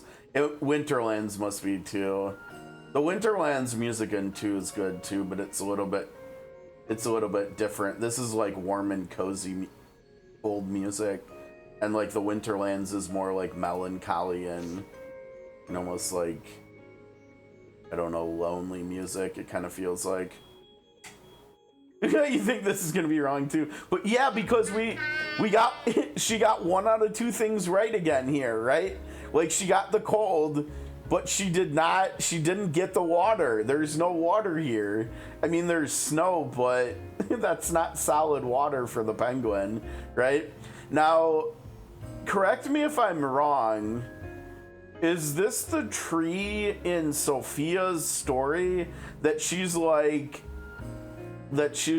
under or nearby? I think this is Sophia's tree, isn't it? Right here? I could be wrong, but I feel like it might be. Ah, now this is more like it. But where's my what? Oh my god, Tatlock sucks as a tourist guy, as a travel agent. Tatlock confirmed not in fact a travel agent. I eat at least my weight in fish every day. No water, no home. Just thinking about all those fish makes my stomach growl. Back home, everyone thinks the same way. Don't go exploring, they said. Maybe they were onto something. Finding a cold place with fish is harder than I thought. I do miss them, even if they're a little narrow-minded. Maybe I should just return home? Being hungry always makes me feel nostalgic. Who do we have here? Hardest part of a good day of fishing is lugging it all back home. Oh, hey there, traveler. Fancy some fresh caught fish?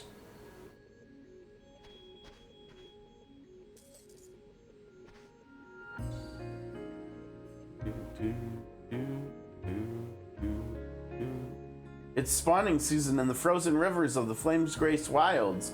Plenty to catch. Oh, sounds like we might have a spot. And Tatlock didn't even have to do anything either.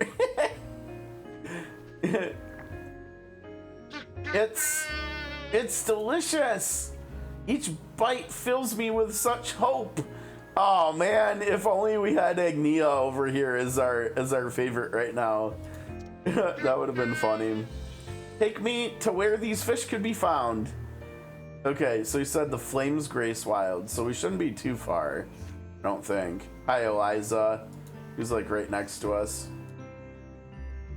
Yeah, we're up here. We need to go down here. Oh, that's right, because down here in the Flames Grace Wilds, aren't there like docks at the southern end by like water and stuff? Which I think is actually where we're gonna come out of the cave here too. Yup. Oh man, I can't believe I remember this stuff. What's going on with my memory today? It's actually doing a really good job. Here we go. This is perfect. There's so much water.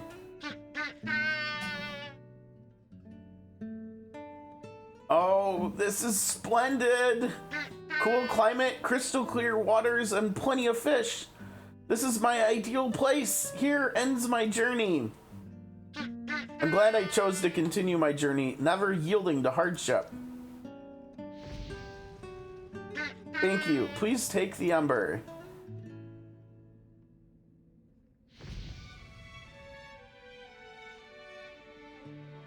Consider it a gift for your hard work. The first brave penguin has arrived at this place. I don't know what, is that supposed to be in reference to something? One day, I shall emblazon these words upon a statue of bronze erected in my image. Yo. Penguin already thinks Penguin's gonna get a statue. Alright, well, you know, you better have a good and long career, and if you do that, maybe your number will get retired and you'll get a statue. But you probably gotta bring some championships home to the Flames Grace. I don't know. What would a sports team from Flames Grace be called? The Flames Grace Ice Fishes or something. Ice fish. Or penguins. The Flames Grace Penguins, you gotta bring, like, the whole team is named after you too. The Flames Grace Penguins, you gotta bring at least one championship home to. Okay? And then you get your statue.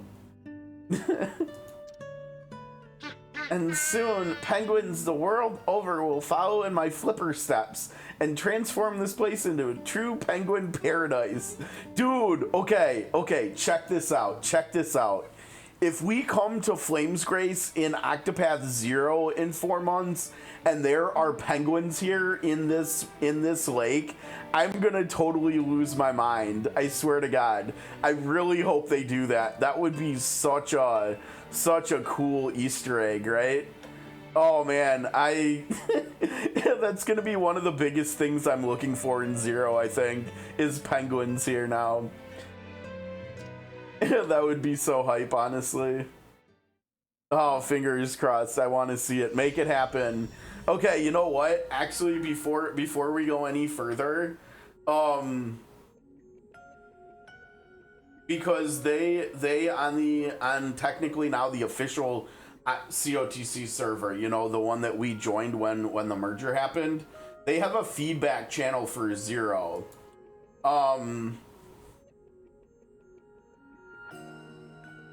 And I'm gonna put this. And if we see this in the, I mean, it's probably too close to launch for them to actually make changes to the game. But if it's not in the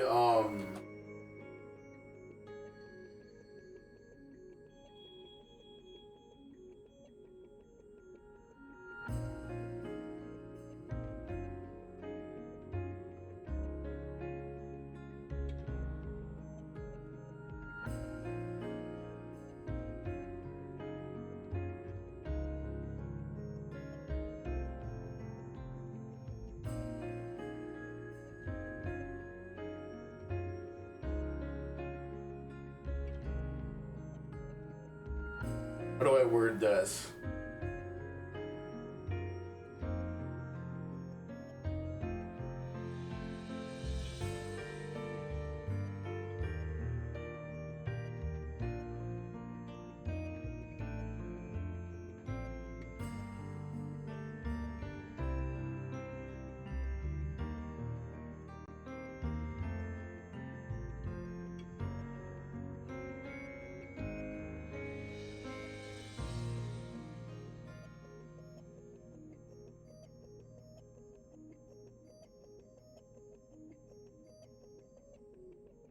And what do we throw up at the end? Maybe a marvelous? Yeah, marvelous emoji. I think that's where we are, right? The Flames Grace Wilds.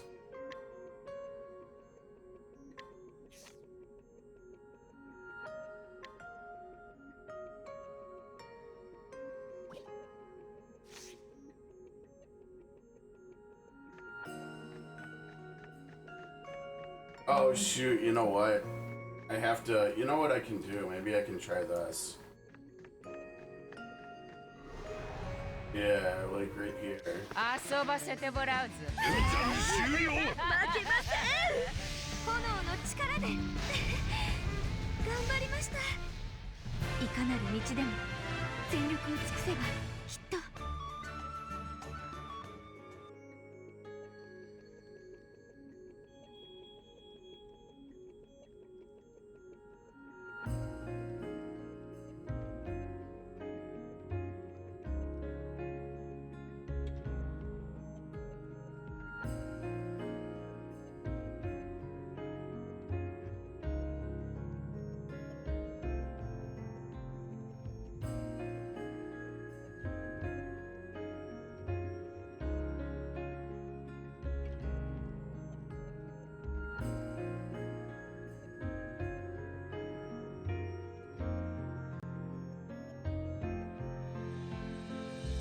Dude, if we actually get that,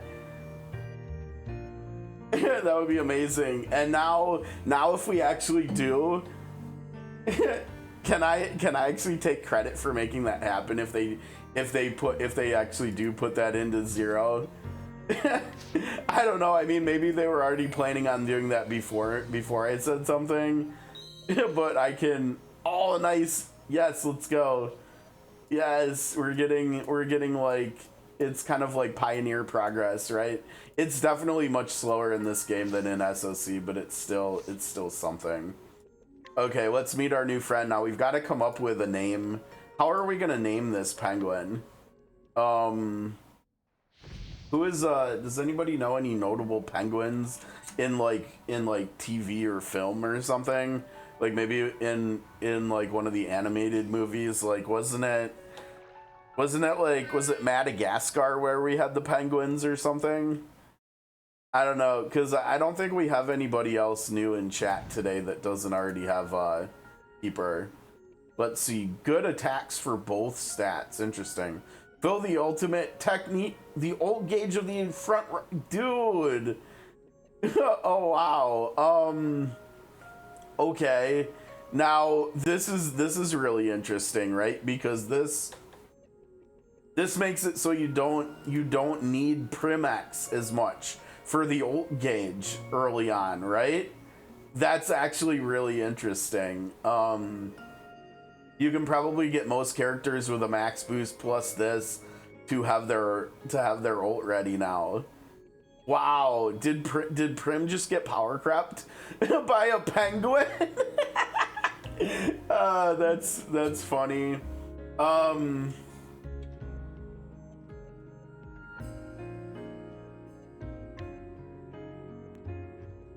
Should we name it Primgwen? Primgwen X? Primgwen X? Yeah, I think so. I mean 25%, because isn't that how much she does too? With roses? I think it is. We're gonna name it Primgwen X, I think. That'll make it really easy to remember. But yeah, this thing is good actually.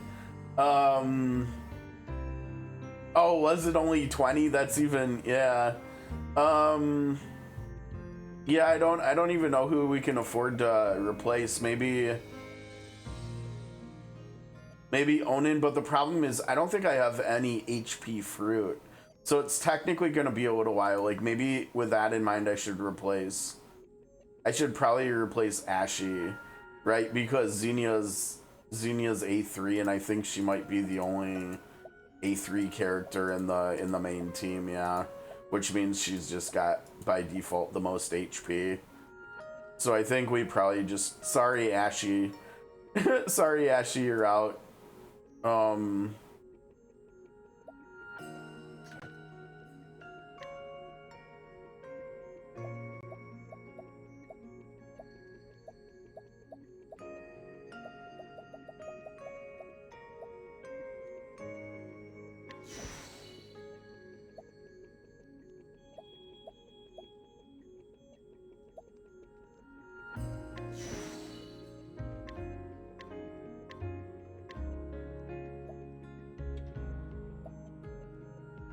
Yeah, I don't know, cause don't we get these fruits from?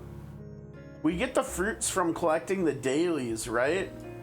But somehow, some way, I still don't have any more HP ones after I used up all my HP ones. I don't know if that's RNG or if maybe there was a bug and it stopped. Did the Ember fruit stop getting auto collected or something? Because I'm pretty sure at one point that ended up happening, so maybe that ended up happening again now, and so I just haven't been getting more fruit, or maybe my RNG has just been really bad or something. I don't know. Magic is obviously what we're looking for here though, so at least we can do that part here. Yeah, that feels really weird that I don't have any more HP ones, and I I haven't been getting any for I have no idea how long. I think I need to go check when we go back to Aviette here and take a look. Yeah, that's really nice though. You know, because obviously on this account, I just haven't been using Prim anymore since Xenia got buffed and stuff, and I've been messing around with her instead. Oh wow, okay, we're getting a nice chunk of rubies here apparently. 16 rubies from that and a bunch of influence too, nice. Well, not a bunch, but you know.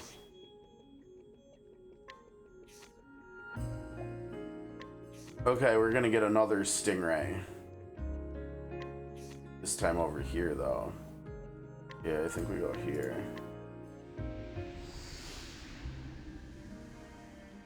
By Winterland or Frostland's music, I will miss thee.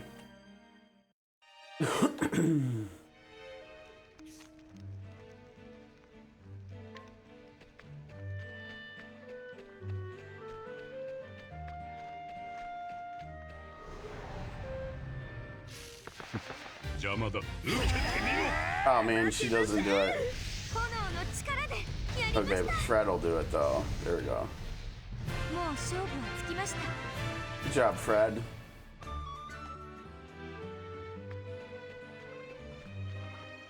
Oh, hello. You can depart whenever you're ready. Where? Oh, to Ripple-Tide? Oh.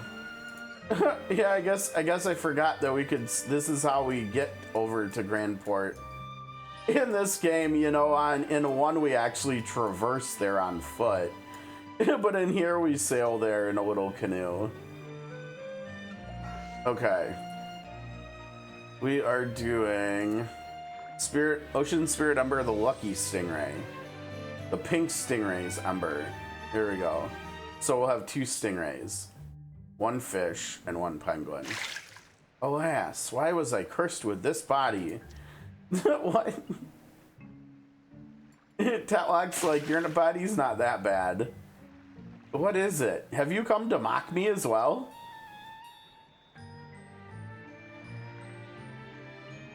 Lord Lutia's Spirit Embers. Could the Spirit Ember be influencing my body? My color. It's strange, isn't it? I've never met another of my kind who looks like me. I'm defective. A freak. Alex like, no, you're not. You're just unique. Your words are kind but wasted. Everyone else points and laughs at me. Sometimes I wish I could just vanish. and then it went underwater and we can't see. Perhaps I should ask the locals about that stingray. Yeah, Tatlock, you do that. All right, we're going into Grandport, I guess.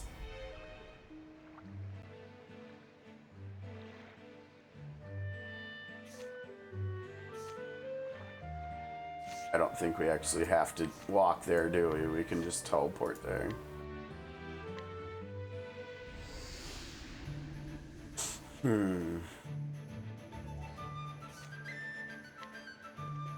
Grandport music is so like, I don't know, it's so upbeat and it, like there's so much like life in the song, in the music here. It's almost just like hype music, sort of. It will be really cool and interesting if in Zero we can like explore more of, for instance, like Grandport and Sunshade and stuff, like towns that we visit in 1, but then we return here in COTC 2, and there's just like more we can access in them. That would be really, whoopsies, that would be really cool to see in 0 as well. Apparently we pet Mahina there too. Okay, no, we're not doing Leon's story today. All right, find someone who knows about the pink stingray. Oh, in fact, it's Leon. Hi, Leon. How's it going, dude? A pink stingray. Have you seen it too? Apparently. That same stingray saved my life many years ago. Yo, dude, in Zero, will we see this stingray? That would be cool. I was caught in the jaws of a fearsome hurricane, unable to tell bow from stern, sea from sky.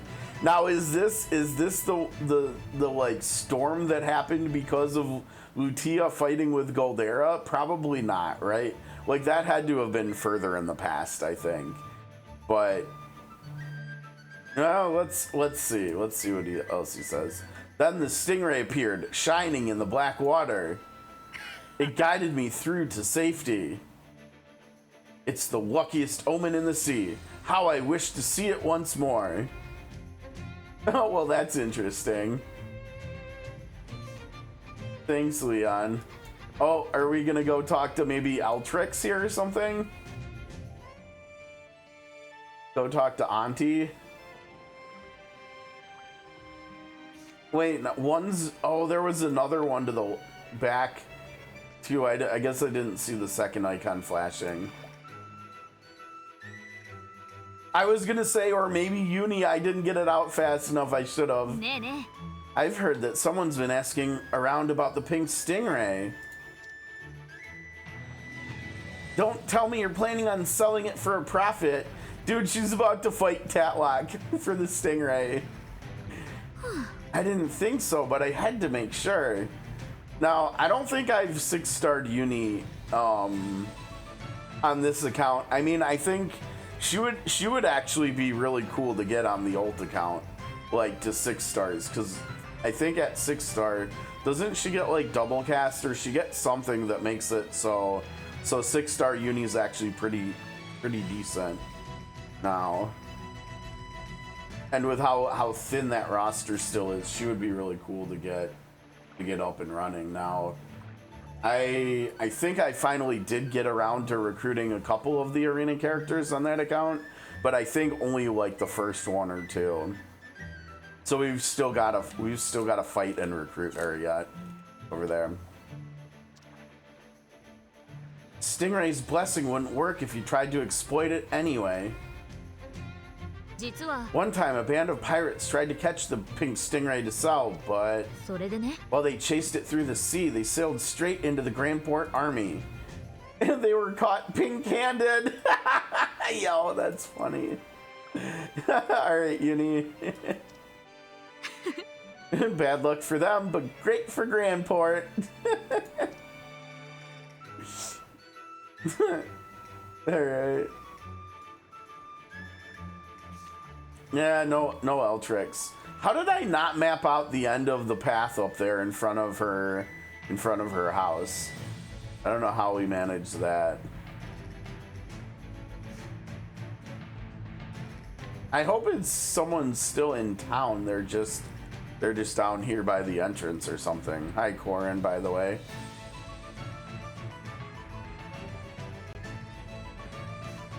Oh, okay, good. I don't know why I did that one. I could just do. Hi, Chloe. I think Chloe is on the other account. I do have Chloe, but I don't think it's here. But we're probably talking to Chloe. Congratulations, may you both live happily.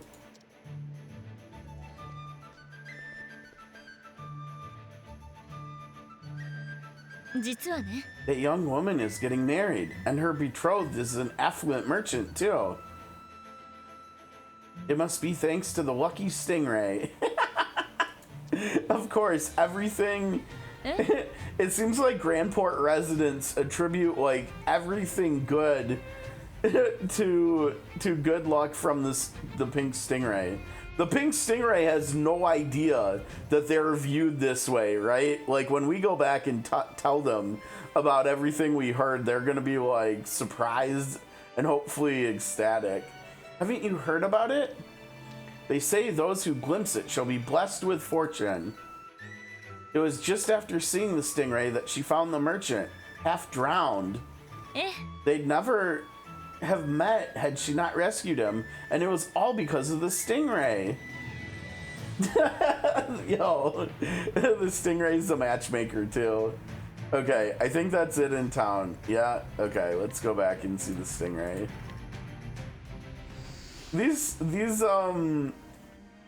These keeper stories have been good today, haven't they? they've been really funny, and this one's been kind of sweet here about the stingray who has like a really poor self-image, but it turns out like what they're self-conscious and stuff about is actually the thing that like all the humans really value highly. And so like hopefully when we tell them that, they're gonna change their views of themselves here.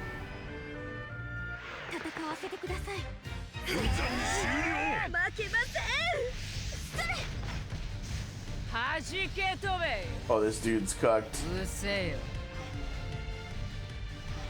just take like almost 300,000 damage there, Whale. You probably have like 8,000 health and you took like 300,000. Take that overkill and yeah. Okay, so are we gonna be talking to Cecily here? I'm pretty sure we have Cecily on this account, but not the alt account. It would be nice to get her on that account, honestly. She would slot really nicely in with Oshka and Kane. Another day of nothing but profits, and it's all thanks to that lucky stingray. Literally everything in Grandport good that happens. I mean, literally, probably Graham's notebook that Tressa ends up with is probably because of this stingray, right? Yes, the legendary pink stingray said to bestow great fortune. Yo, they even used the word bestow for it. Oh, did you? Was it your first time getting her? She still is really nice now that she's got double cast from 6 stars. Like, you know, before she got 6 stars, she was kind of basically just physical Cyrus. But now that she has 6 stars and she has double cast, she's actually probably technically just better than Cyrus. She's like Cyrus 2.0, but physical, right? Because like the whole double cast thing, it makes a lot of these characters just a lot better. Like it makes Odette better, it makes Fred better, it makes Adele better. It just, yeah, it makes older characters like viable again, basically. And with her coverage, it's really nice, especially her axe coverage, right? Because for whatever reason they gave that damage type of hers like the highest potency. A ship captain once told me how it saved him from a vicious storm. You know, that's funny. I know who that captain is. I saw it just this morning, and all day I've had nothing but sealed deals. I wonder if pink stingray brooches would sell. I gotta go talk to a craftsman. Dude, she's gonna start profiting from the stingray now too. That's hilarious.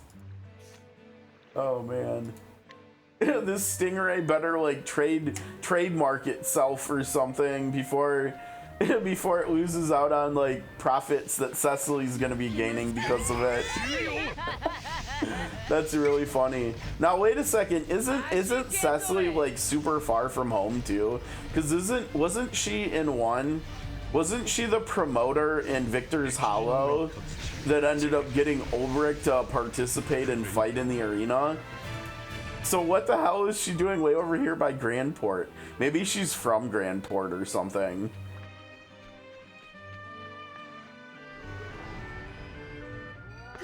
Oh, hello. Maybe Fred... No, I was gonna say maybe Fred can get some, maybe Fred can get some of her SP back, but she's like, nope. I don't see a weakness. I don't see a tome weakness either, so I may as well just cast fire instead. And she's like, here, just take my SP, just take it. Just take it all. That's kind of funny.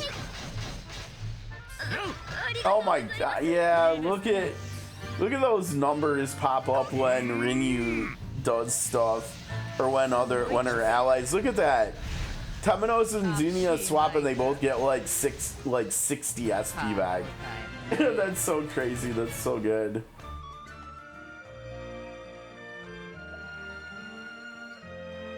I just wish Fred would have swapped there. Why are you here again? Leave me alone. Huh? The lucky stingray? So they weren't laughing to mock me, but because they felt happy to see me? Yeah, basically. No, that cannot be true. You won't get my spirit ember with such obvious flattery. Oh, here comes Leon. Ooh. Could it be the lucky stingray? I found you again at last. What's up, Leon? If it weren't for your vibrant colors, that storm would have claimed my life.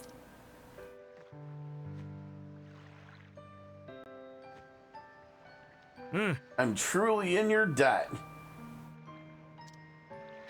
You're a masterpiece finer than any craftsman could ever hope to create. Please continue to bless others with your fortune. You are the ocean's finest treasure. Yo. Thanks, Leon. So this Captain Leon is a merchant of great renown? Yup, basically. He called me the ocean's finest treasure. That felt nice. Yeah, I bet it did. maybe now your self-image won't be so bad or so negative. Okay, maybe you were right after all. I am who I am. I just have a different color from the others. Thank you for doing so much for me. Please take this. Good gal, Tatlock. Thanks, Tatlock. Well done. Instead of a spirit ember, you've ignited the fire of pride within my heart. Send my regards to Lord Lutia. Oh, that ended up being cute in the end. A little bit funny, but cute too. Okay, cool. Now it's time to go meet Lutia, I think, yeah? Well, not before we summon now. Who is this gonna be? I don't know, I'm running out of names here. Maybe the skill on this one will... Or wait. What was the verbiage that Leon used there? I think I took a screenshot of it, right? It was like the ocean's finest treasure or something. Uh-oh. I have less than 20% of the storage left. Okay, let's see. What did we get? This is why we take screenshots. Oh no, I didn't get the one that I was looking for though. Oh no. I guess we could just name it Lucky. It was like, what was it like? It was like the sea's finest treasure or something like that, yeah? I think we probably just do Lucky. That seems like it's probably the easiest. But yeah, maybe the skill will give us some insight here too.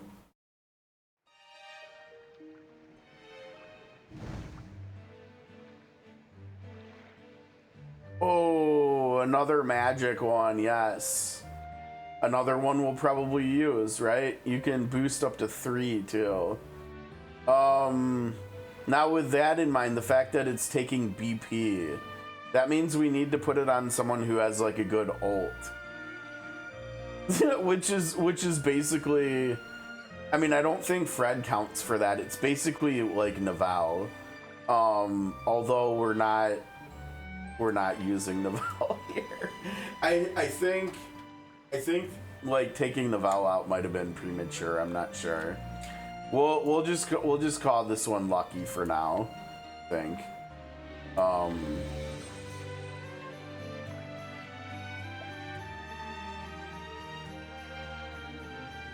Now, this doesn't actually make that much sense having Lind on Oswald, right?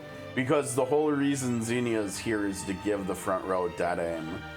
And so he should not need it. Now, the HP is nice, though, so that's probably okay to leave there. And she wants the HP from Mafa, too.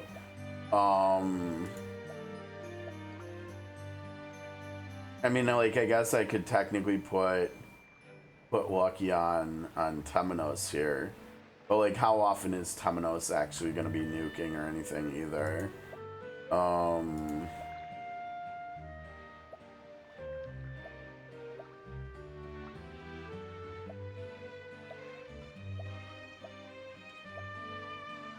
Yeah, honestly, I think it really is Navelle, and I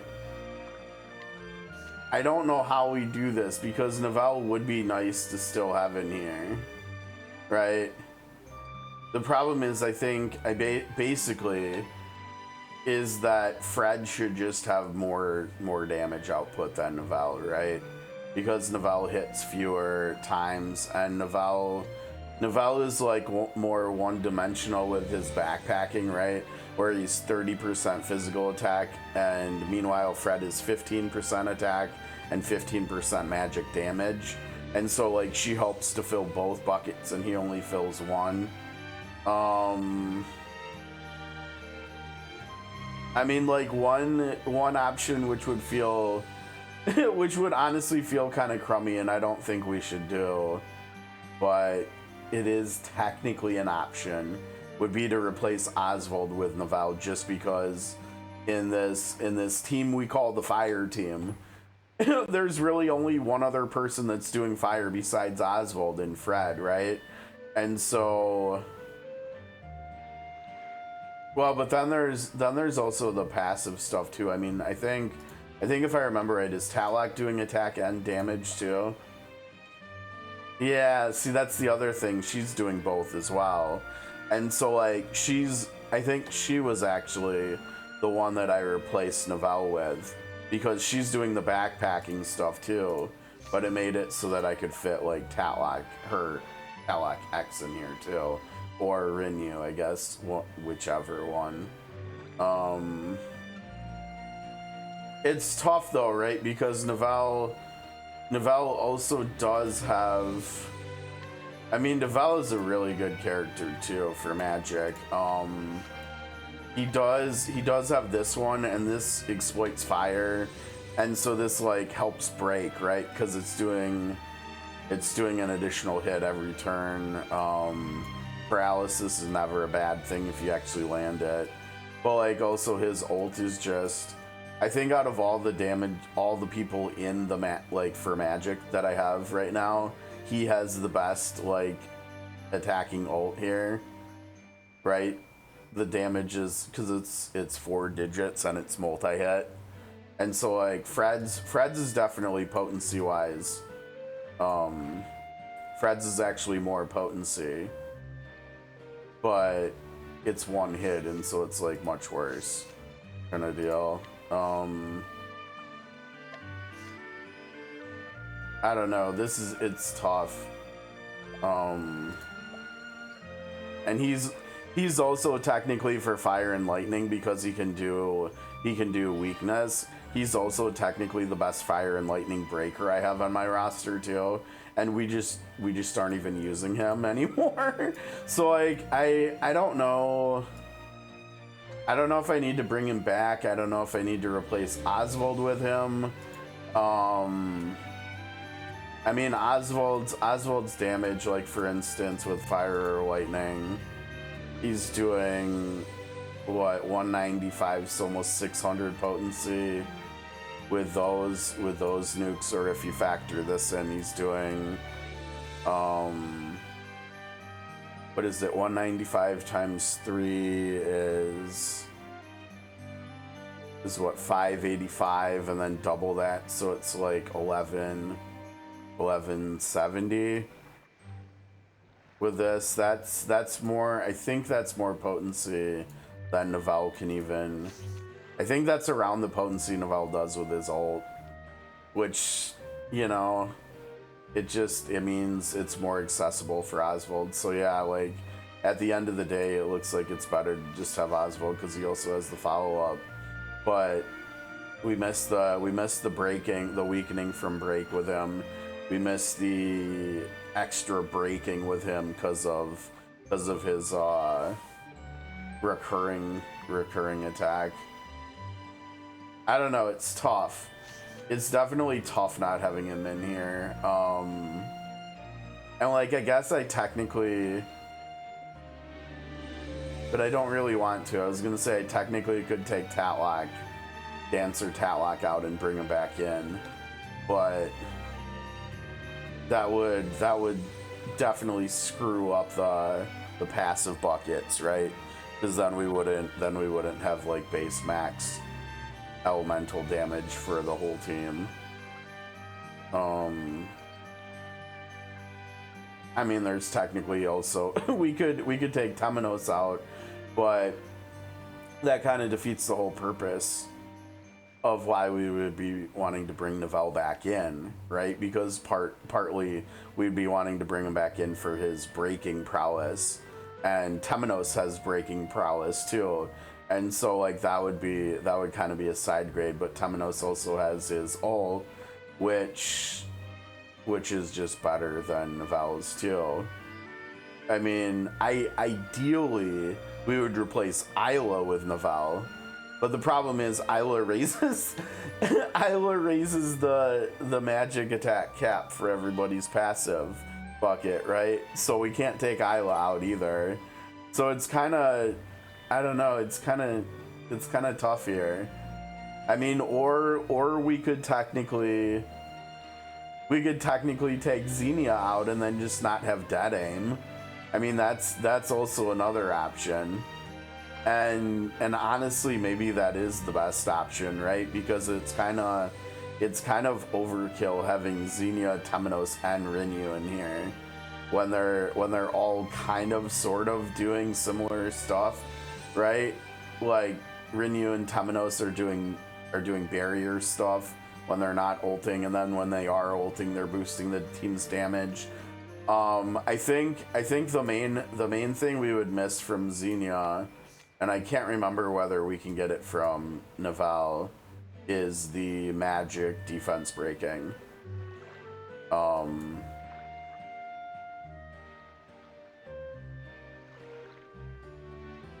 Honestly, I'm looking around and I can't even remember if we have it anywhere else. I think we do.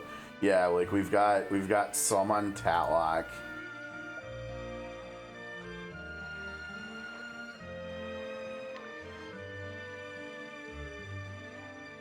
We could do this, but this has a finite number of uses in combat, and again, this is only for fire. I think I should take Flame Shield off. I think this has some potentially really cool niche use for like specific fights, like where I could bring in Hammy and Fred could actually be like a tank for in firefights maybe or something. With her countering and everything, kind of similar to how we did that with swords with Serenoa, but I think this probably makes more sense for everyday use. So maybe we do that, and then between that and Tatlock, at least for now, they can cap magic defense break together. And so then at the end of the day, I mean, Xenia will 100% be here in dark teams, right? Like I think she'll be backpacking Ditrana, but like this part, I don't think we need that, because don't we get that from elsewhere? I can't remember. Does she doesn't add that, but like, is Iowa the one that adds that?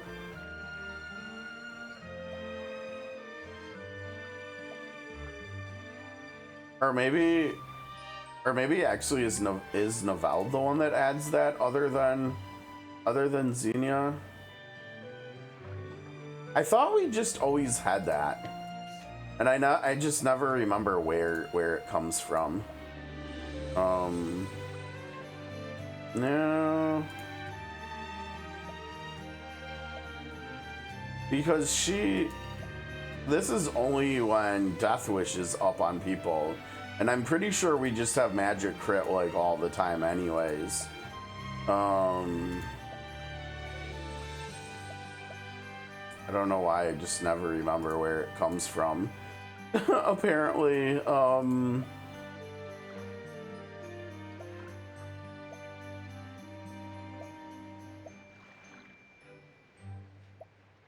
mean, he gives it to himself. Yeah, what am I what am I missing?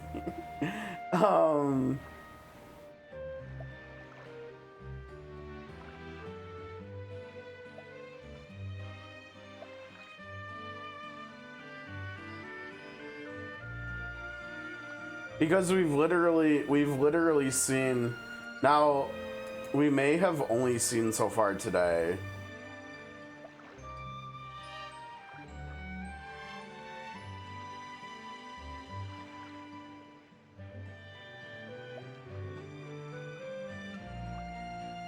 She has it built in. I was gonna say we've seen her crit with magic today already, but maybe she's the only one that we've seen crit. I don't know, and we just looked at Novell. I can't remember, did we see? I don't think we saw him give that either.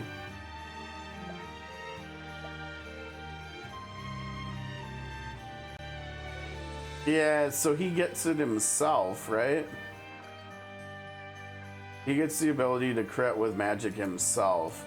And I'm pretty sure Nefty also gives it with her passive, right? For the whole front row. And she's definitely another consideration for one of the support slots, I think. I can't remember. I don't think we 6-starred her though, did we? Where the heck is she? There's Solio, but she's not leveled. Where is the Apothecaries? There she is.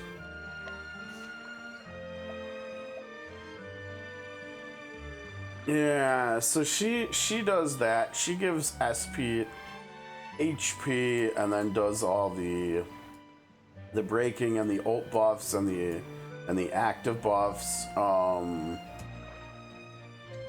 But she doesn't seem like she fits into a magic team like as well as say Tatlock. But yeah, that's a little bit tricky, right? Because then here's a reason for keeping her, right? when we're doing our breaking, we're using Death Wish on everybody, and so then everybody can crit with magic. And I know Tatlock has a way to crit. I don't think Fred does though, built into her kit. No. And we know Oswald does too, I think, right? Yeah. And then we know Ditrana can give herself deading with both of her buffs. But like for Fred can't crit, so. But honestly, the fact that like, and then we saw, I think we did see that Novell can do it too, right? I can't remember, was it just when a broken enemy were? No. And so like actually maybe we just forsake Fred here and we just ignore Fred's inability to crit and we just replace Xenia here with Novell. At the very least for fire and lightning teams. I think honestly that makes sense, doesn't it? I think it does. Now we have to figure out where we're gonna put him. I was really excited to get Novell, so it makes sense wanting to use him still.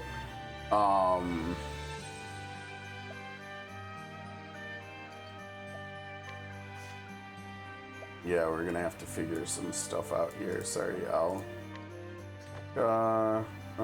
So he's got fire, but then yeah, we need him to have like the breaking stuff. So we need him to have poison bomb. Yeah. Now what is he? He has that. Let's see.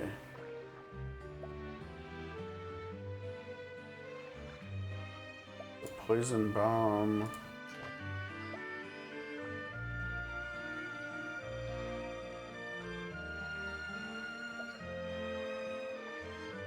I actually don't remember what all he's getting passively. I know he's giving attack to everybody.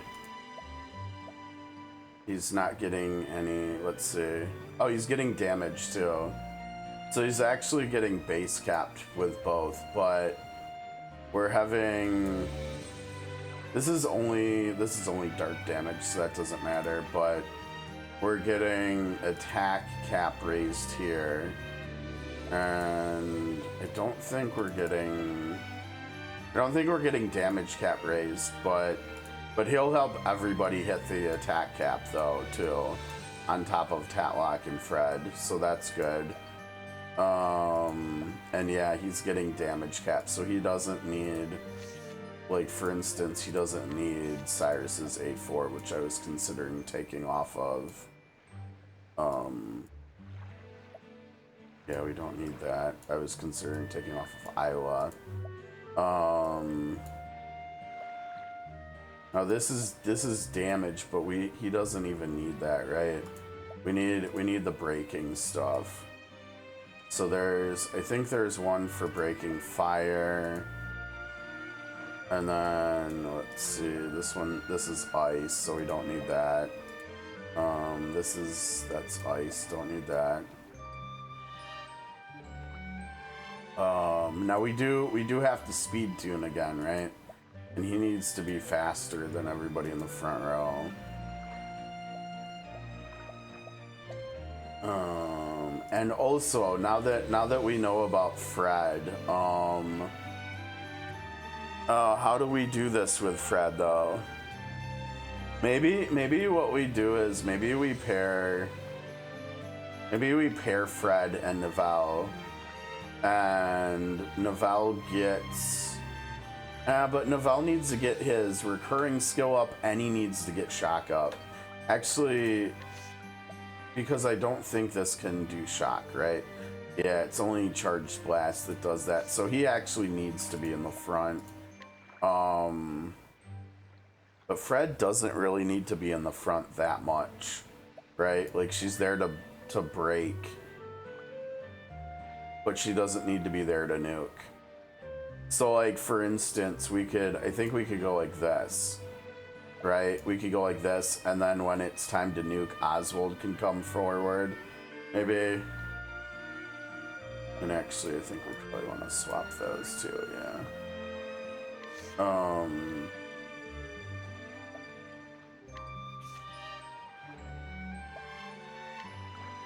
Okay, so we're looking for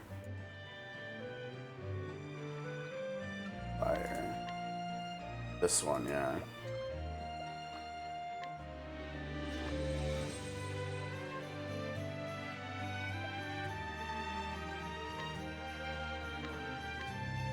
And then, yeah, honestly, just anything up here is fine for him for the other slot.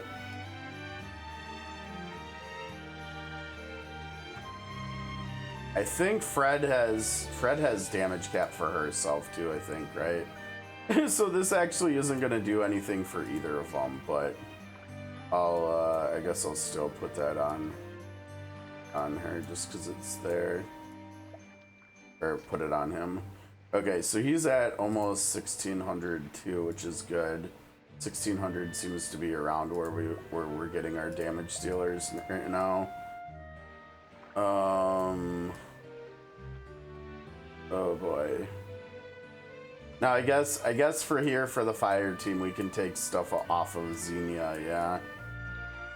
So like whatever this one was down here, we can just take this off Solomon's thigh bone. You know what? No, because we'd want that on him, right? Instead of this one. So Tatlock can do more damage. Alright, sorry, you lost a little bit more damage there, buddy.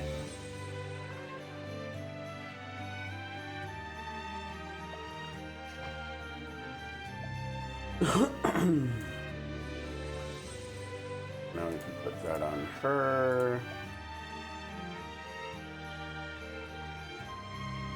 We're also not using Agni anymore, are we? So we can put this on you too.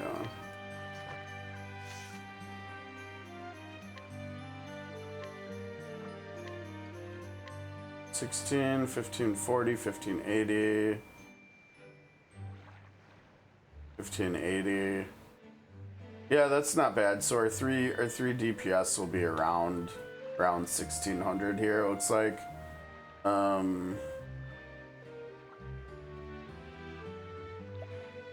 I think this should work better, right?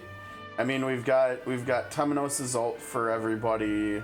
We've got Rinyu's ult, I guess, for Fire and Lightning team to put on Naval for when he ults. Or we could technically just put it on Talak. It might make the most sense to do that. Or it might even make the most sense to put it on Oswald to put Rinyu's ult on him. But yeah, now we've got a little bit more options. I think I like this a little bit more. We did exchange all the way to get Xenia's A4 here to pair with Temenos' passive to the base cat magic defense break when we break enemies. And then the poison will be really nice too when we're doing like dark teams or dark team, because that'll make it so that Xenia's passive will backpack. Will activate for backpacking Ditrana, but yeah, cool. So now we've got, oh, did we have reset? Yeah, it's 3 o'clock right now. Okay, let's head back here and finish up the story. I'm thinking about it. I'm not gonna lie. I do have some other stuff to do, and it might actually be better if we just call it after we finish this instead of switching over to SOC and like doing a long stream today. I think we can probably do a long stream tomorrow. So I think we might just wrap it up after here. We'll see. Okay, here we go. Oh, hey, we got, oh, yeah, and I've got to do that. We got tip-off October 22nd. That is coming up in, what is that, 9 weeks already? Yeah, 2 months and a week from tomorrow, so a little over 9 weeks from today. Opening against Washington. Unless anything changes, that means we're gonna be going against Bucks legend Chris Middleton. Opening night, that'll be nice to see him. Oh, wait, what is this? We've got a free agency signing here. Amir Coffee. Those are good numbers. I don't even know this player. I'm gonna have to look into him. We signed someone else. All right, let's come back to this. I don't know if I got the screenshot. We'll take another one to be safe. Chapter 14, Divine Beast Lutia. After collecting the spirit embers from the ocean's retainers, a new keeper was born. Ush's medicine is now ready. To revive Lutia, head to where its soul slumbers. So we're gonna be going to the sea somewhere, yeah? Thanks to Tatlak, we now have all the keepers. Well done, Tatlak, well done. I wonder how Yushk is doing. Oh, there he is. Long time no see, Avyet. Yushk, we've been waiting for you. Oh, is the medicine ready? Yes. How are the retainers doing? Good. Now then, let us go. I shall lead the way. Alright, we've got a squad. Let's do it. I always like these art screens they give us here for the chapters. Alright, where are we going? Isle of Orsterra. Yo, let's go. I was hoping it was going to be somewhere I was wrong. It's in the middle sea. I thought it was gonna be like out to sea or something. Oh, literally right here. The music here goes hard though. Oh, are we here at night? It's right here. Abite. Not Aviette, Avite. Oh, interesting. Okay, so I've been mispronouncing her name too. Avite. Try calling out to it. Talak, please give me the spirit embers. Talak. Alright.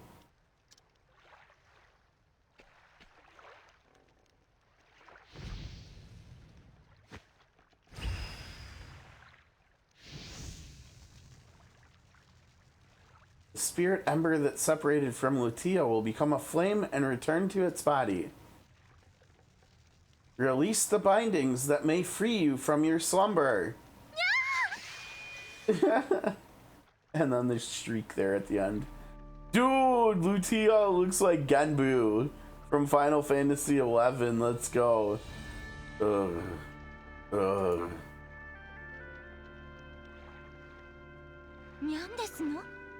Lord Lutia. That did not sound like what she said. How pitiful. Are you in pain? Are you suffering? Let me heal your pain.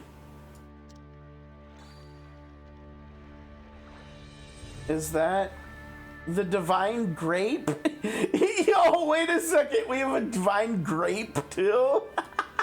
Okay, that's cool. Does that mean we have a divine apple somewhere as well?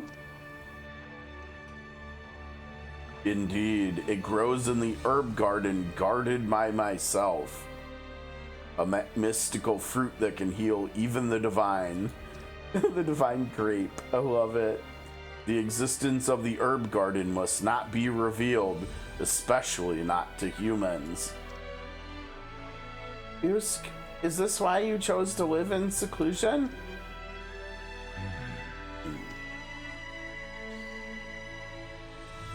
Lutia, here, this is for you.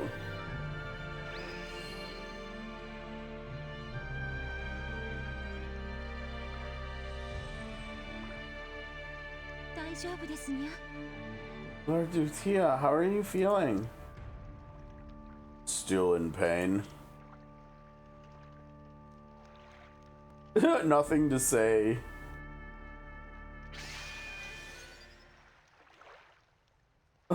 And they left. Or did they? Hey, Lutia. Lord Lutia, what has happened to you? Those wounds from the wicked god, they're the reason for this endless slumber, aren't they? Hi. Yes. Lutia must have been fighting against the wicked god's power that remained inside itself. Even if the wounds heal, the heart remains sealed. It will take time before our words can reach Lutia. This is no time for such leisurely talk.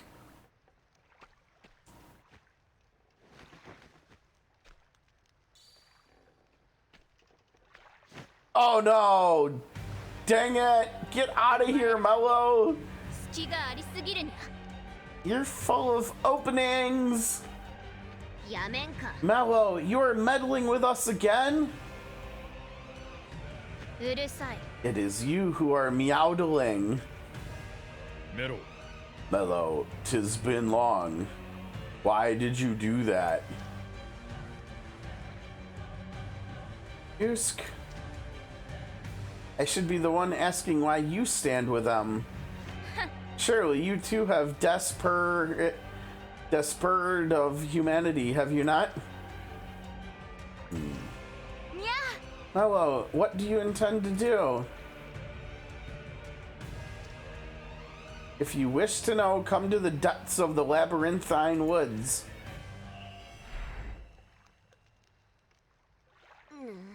What could Malo be planning? What is this labyrinthine woods? そうですね。 is a place born of dark powers. Dark power. ふむ。 We must go there to reclaim Lutia's Arcana Stone. Are we gonna have to fight Mello finally? Oh, what the heck. Alright, where are we going? Oh, up here.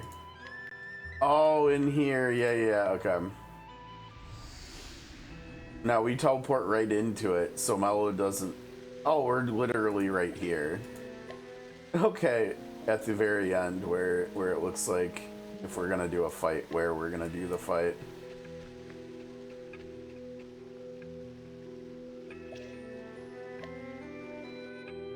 Or I guess we're like halfway there. Oh, a new area. Ooh. Now... 4 out of... Oh, jeez. Okay, 4 out of...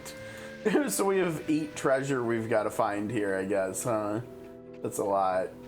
I see there's definitely some paths here, too. Oh, no, they're level 80 enemies.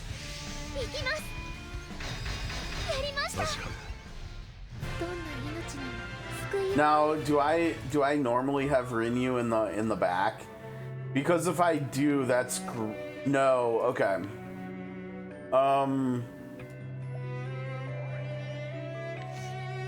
Let's see if the game will want to prioritize using her first.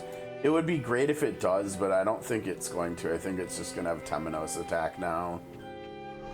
But if it did prioritize her casting, that would be... Yeah, no, it's not. I guess I can just... Whatever. Trying to figure out a way to use Rinyu's passive to make it, like, so that autoing would be... We could make, like, the whole team self-sustaining SP-wise with autoing, but... I don't know if that's actually gonna... I guess we would need enemies with different weaknesses and stuff for that, maybe. Otherwise, it looks like Fred is just going to use all her SP up. I suppose what we can do to counteract that is just over time, just go into the menu and swap like her and Oswald, and like the same for the bottom row potentially. I do still have to speed tune the front row with Nivelle making Nivelle the fastest, though. I'll have to try to remember to do that too. Oh, we can't even go over there yet. We've got switches to flip and stuff. Berserk stuff, interesting.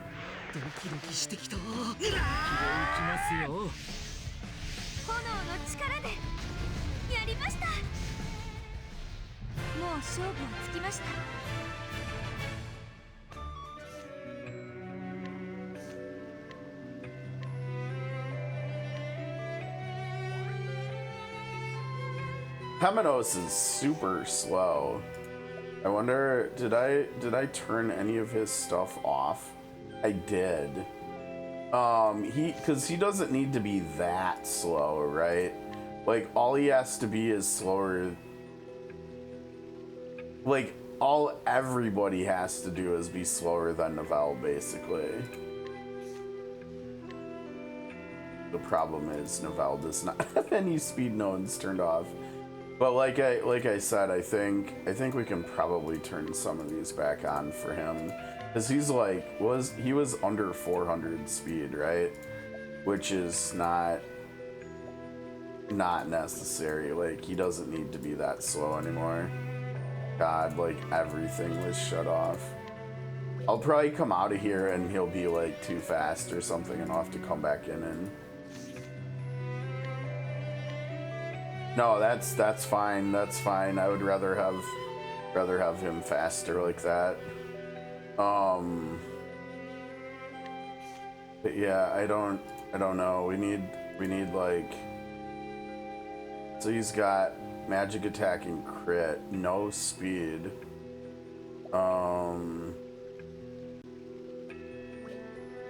I mean, yeah, we can use some of these on him. He's probably important enough to be okay with using these on him.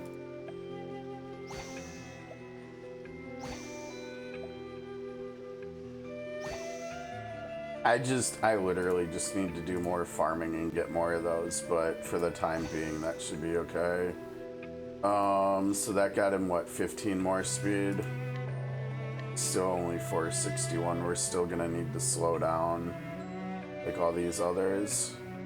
I don't know if we need to slow down, like, Dancer Tatlock. Probably, that's probably fine, but we need to get the Tatlock X, Oswald, and Fred under like 460.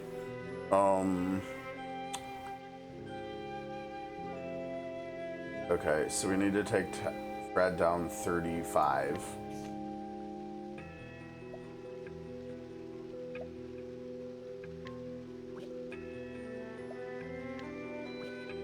It's 30.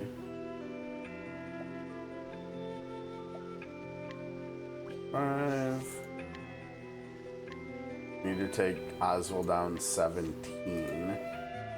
He's got 8 out of 8 points in here. I didn't put any in here, I guess because he's using Lind, who has dead aim. I suppose, I don't know, I think it must be, but that's probably fine.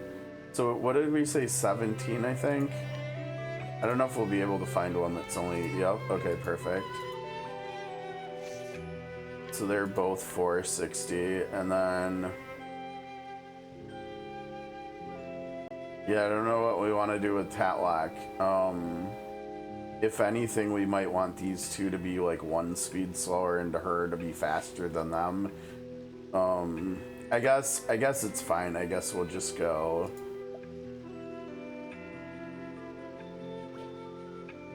Wait, what was she at? Oh, she already has stuff turned off too. So she needs to be like 22 lower. Yeah, geez, she's so fast. She already has a bunch turned off. Holy cow, wait, she's got 40, 45, 57. I already forgot what I said I needed to turn off on her. 22. Okay.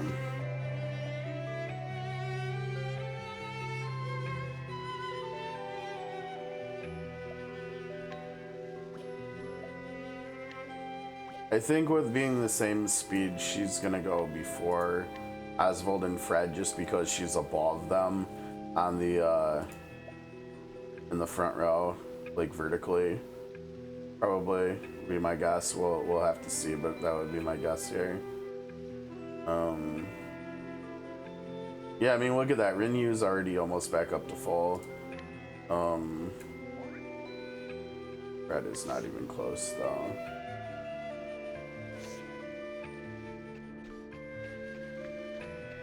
Okay, so now our Breaker is the fastest character.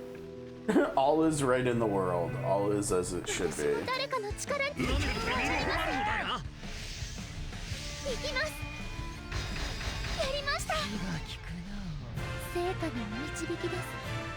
Rinyu's 4-hit and Temenos' 4-hit are so nice, like animation-wise, because they both are like holy cow, this area is huge. They're both like super fast, even though they're 4-hit skills. So she's always gonna be the one going first.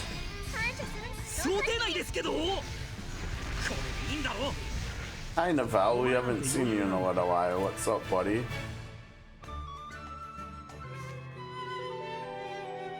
Oh, hello. Oh, I actually get to play here for a sec, huh? Okay, let's see. What the hell is this? It's an elite fight with 4 enemies. Can't say I was expecting this.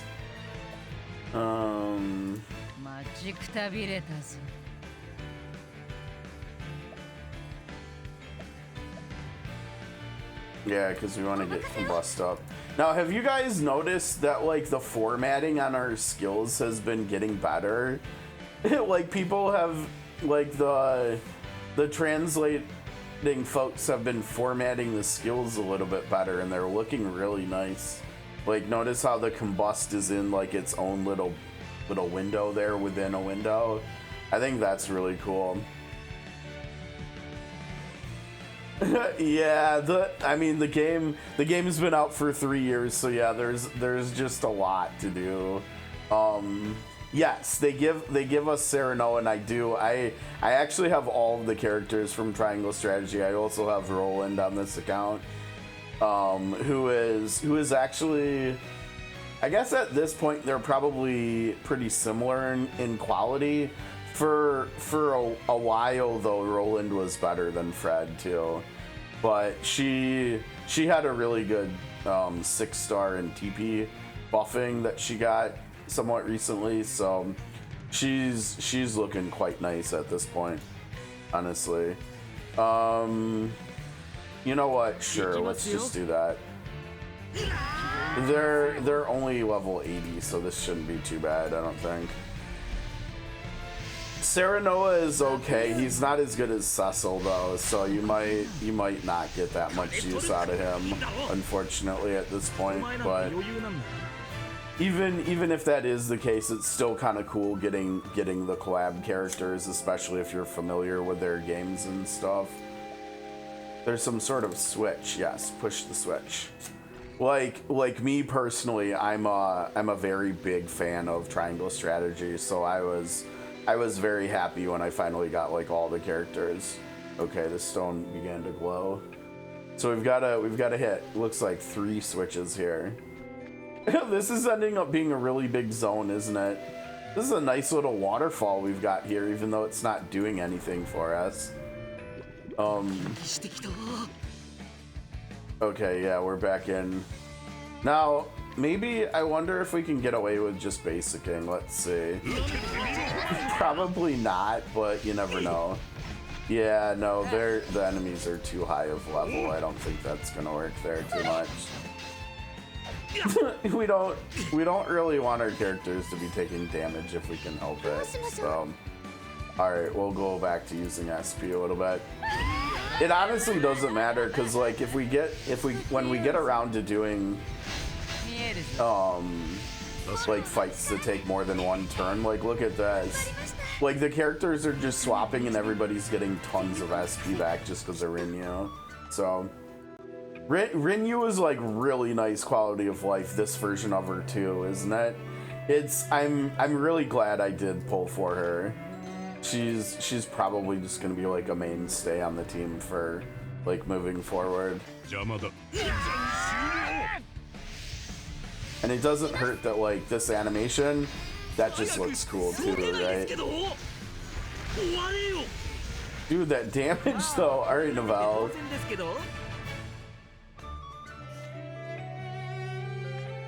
White Whale Hunter, huh? Okay, fair enough. Now, I don't know, did we, yeah, we still have to go over here too, so there's gonna be a lot more to explore over there as well, I think.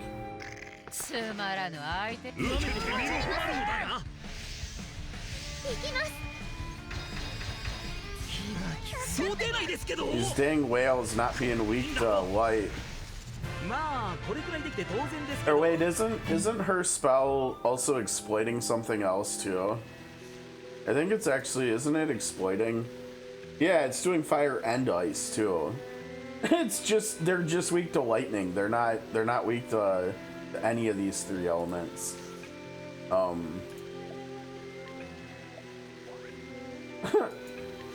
It's, well, I mean, like, look at everybody's SP. Other than Rinyu's, like, everybody's SP is just, like, perfect now. Just because she's on the team. Oh, hello. Well, hello there. I'll see myself out. Sorry, that was maybe a little bit too bad there.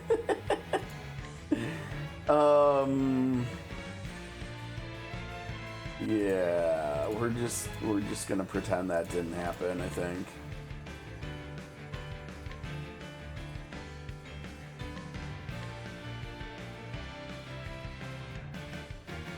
She's gonna swap in and then use and then get SP back from herself. From her passive. Let's see. She got 56 SP back. And then she spent 75, but it only cost 19, so that was pretty good. No fire. Sorry, Isla, you still don't get to play today. Poor Isla. Isla, literally just the backpack. Yep, let's hit the switch. No, it's weird. Oh, there we go. Yeah, that was the left one. So this was like technically the first one, I guess. Oh wait, I thought we could. We can't go right there, huh? Which means we probably need to go all the way back.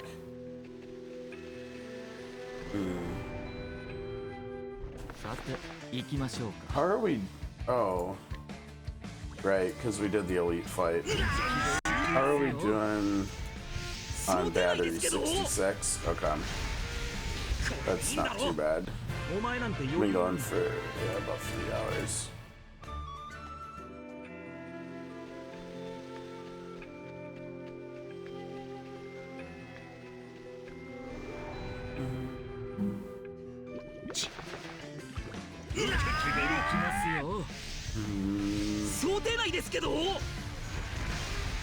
I think I'm gonna have to like look around at the characters and stuff too, because I think, you know, one of the other things that that Xenia was doing was active magic attack buff. Now wait a second, there was a path over here too. we got to map out everything, remember? no stone left unturned. And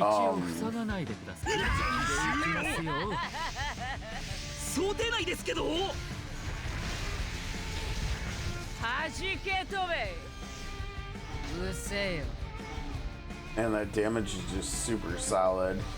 That's such good damage.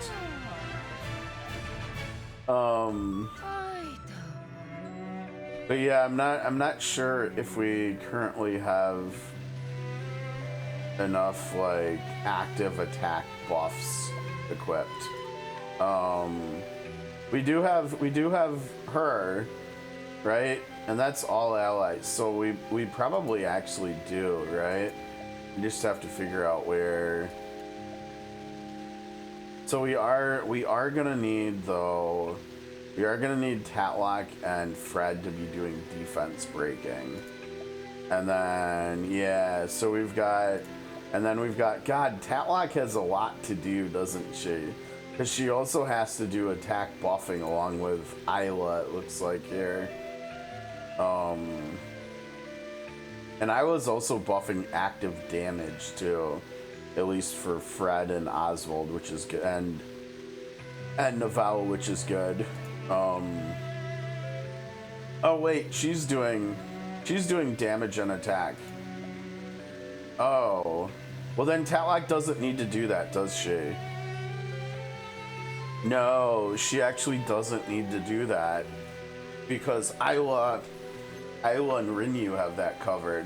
The only time she needs to do her buff here is for, well, I guess the problem is she's just always doing dark damage, and so she technically wants that. So maybe, but the problem is, actually, she still doesn't though, because we don't have a way of raising the cap. And Rinyu is buffing damage too, and so is, actually we don't want,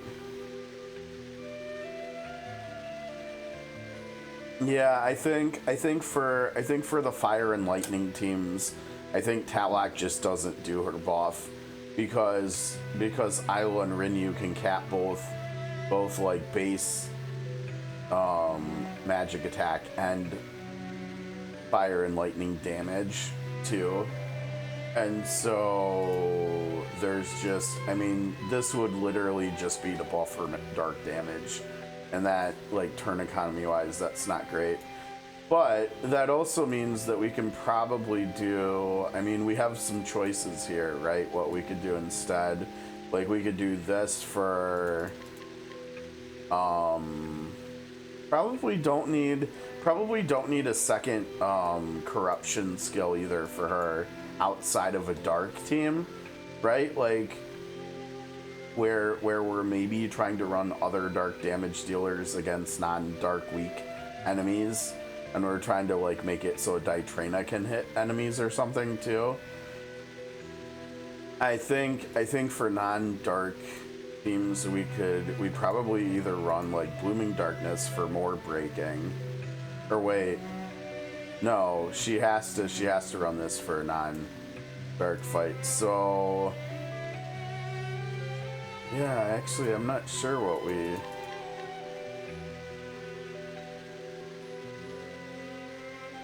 Gosh, you know, it almost it almost makes it seem like we could run like accelerated corruption and then maybe bring in like Ditrena to the normal team too, like to any non-dark teams. The problem with that is then we need to bring Xenia back in too, and now we're just having problems, I think, with trying to fit characters in. I think we've got that equipped.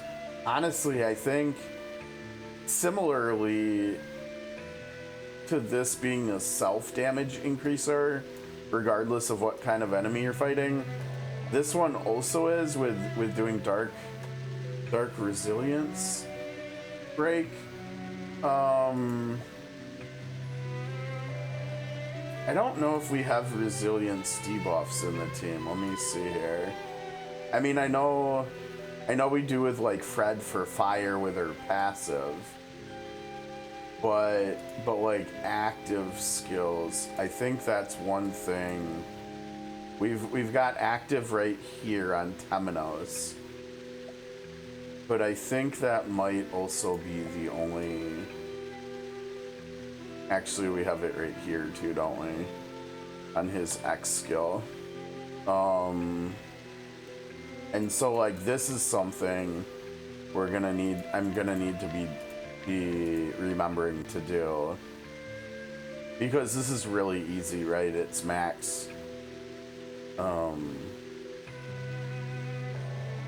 When after turn 3, when he uses his latent, it turns into single target magic defense break and magic resilience break, and it's like base caps for both of them, which is really good turn economy, right?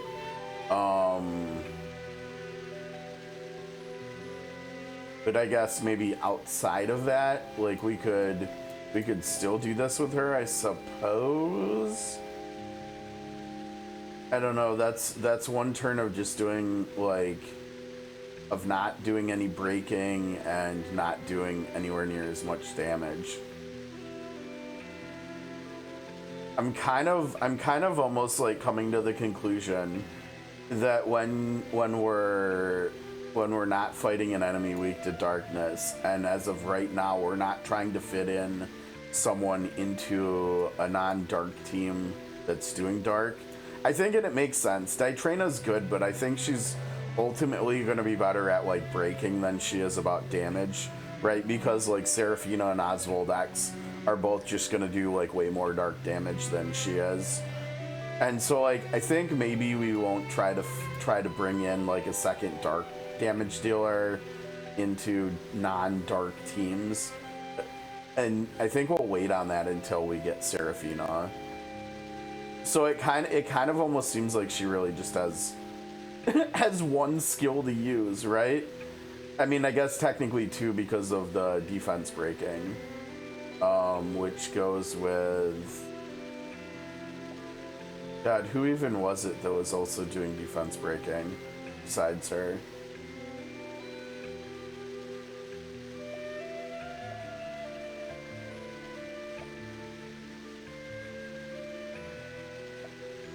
Because it was Xenia before, but we figured, I'm pretty sure we realized we could use someone else for it, right? But who is that? I can't remember, and I can't find it. Oh, it was Fred. Yeah, it's Fred with this, and the other thing with that though is that it's only single target and it has a finite usage number.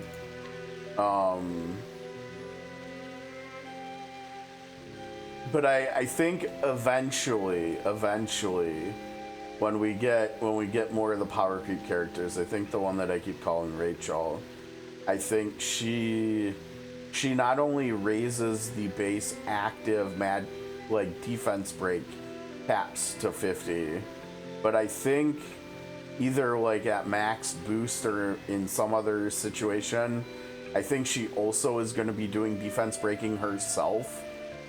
And so then her and Tatlock can do that together. I mean, honestly, we probably want to like max boost this. The dark weakness being such a low count at 3. That means we could bring another dark person in, but we wouldn't want it to be... We probably wouldn't want it to be Ditrina because she hit 6 times, not 3. And so she would only be breaking 3 times with us, even at max boost. Honestly, I think we probably do want to use one of these other ones, either accelerated or calculated. Our characters are kind of fast already. I don't know if we need to be doing this one instead of just her going.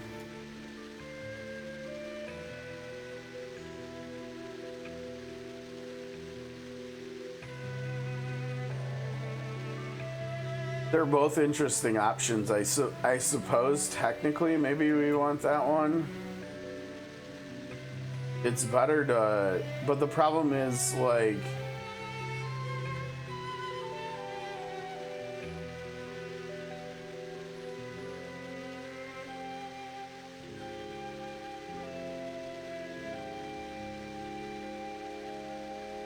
I think let's just go this one for now and we'll play around with it and see how we feel about it.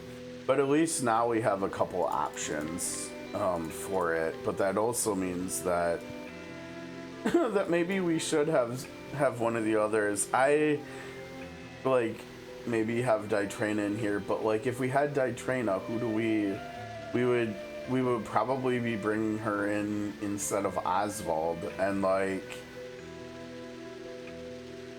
is that really what we want here? I mean, because Ditrina needs Xenia to backpack her too, which would mean then we're going back to the dead aim thing, right? But then we're also like squeezing the character spots. Like if we did that, we're probably talking about taking Oswald and Novell like straight back out for bringing in Xenia and Ditrina. And then Fred is going back to being like a front rower in the fire team.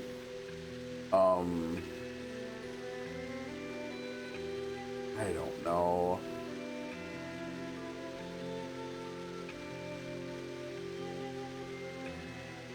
I don't know. I think we're gonna have to like play around with it more and see whether getting in that like another dark person actually performs better. I feel like it probably won't, just because of Oswald's follow-up passive. Like that hits so hard and it gives extra braking, and it's just free. It's just easy to do. And you know, having Novell cap everybody's magic attack is so easy to do too.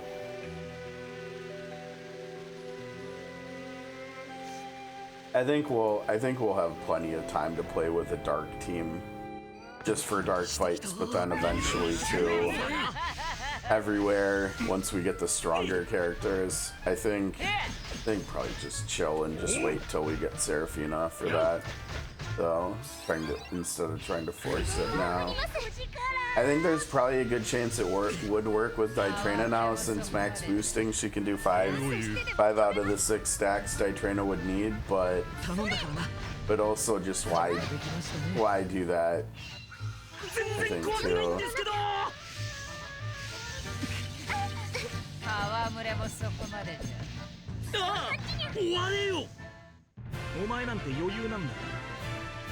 Cool, you got some XP for Rinyu and Keepers. Well done.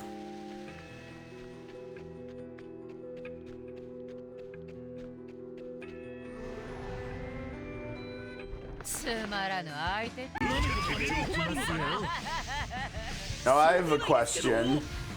No, I don't. Never mind. No, I don't. I was gonna say, which Tatlak was that was screaming? Well, it's obviously her X in the front, right? Because that was for max boosting. But yeah, whenever we get Tatlak talking in this team, it's like, okay, which one of you said that? Kind of thing. I mean, usually I think we probably know, but still, it's kind of funny. Because I don't think there's ever really been any other time where, and I mean other than on the other account right now too, where like I've intentionally used both versions of a character. Like it actually makes sense from a team building perspective to do it, right? Like where on the other account right now it actually makes sense to do that with Southern Toss too, right? which is kind of interesting, I guess.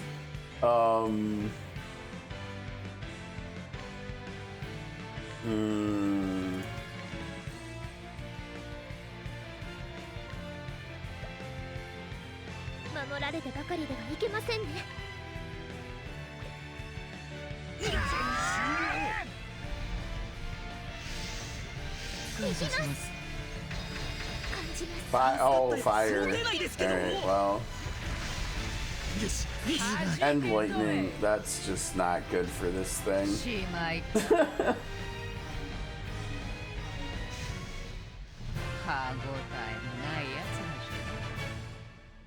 Oh, some polished stones, those are always good. Oh, we got a chest up here, not a switch, huh?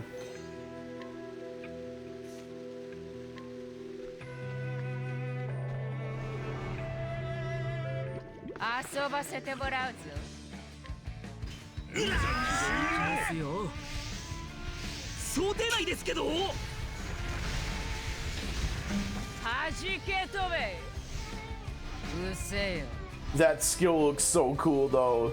I'm so happy that Tatlak has some really sick animations too.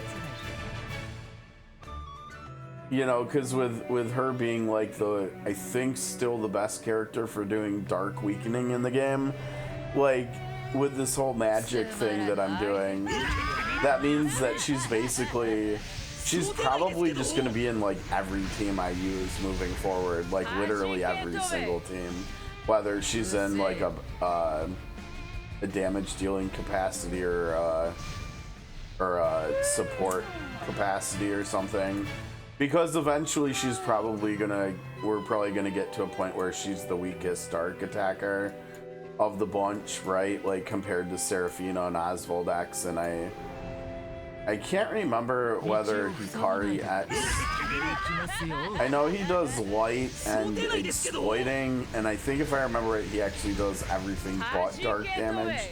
But I'm pretty sure there's like, besides Tatlak, Seraphina, and Oswald X, I'm pretty sure there was like, oh, I keep forgetting about Rachel. Yeah, there's Rachel too. So yeah, like I think once we start getting like Seraphina and Oswald and Rachel, I think we'll probably see Tatlak going from being like a damage dealer to being more of a support with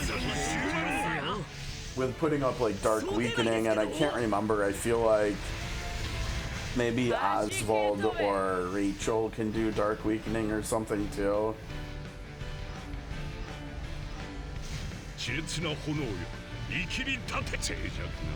That thing's weak to ice or not fire. I don't know why you're trying to do that, but okay. Alright, the path forward is open. But honestly, I don't really mind running around in here because the music's so chill in here. And the scenery is not too bad either. Path leading deeper within has appeared. I think wasn't there still a path forward up north up there too though? Over here? No, it was west and then north.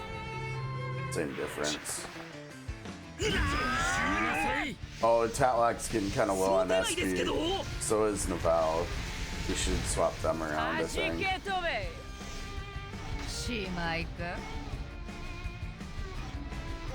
I think it's interesting when the first cast of the skill kills an enemy, like the second, like the double cast portion of it doesn't apply weakening because the enemy is already defeated. That's kind of interesting. Okay, so we just swap them around. Now the thing is here, it does not count as switching for Isla, but could it still count for Novell? Like, will this just automatically be giving Novell SP back here? That would be kind of cool though, if that's how it works. Oh wait, there's that chest down there too. How do we get that thing? Okay, so let's see here.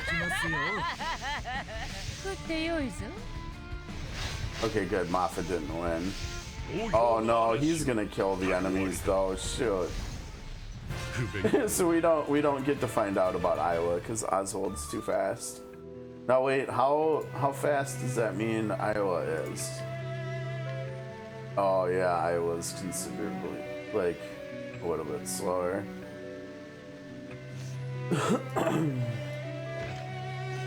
Okay, seriously though, how do we get that chest down there?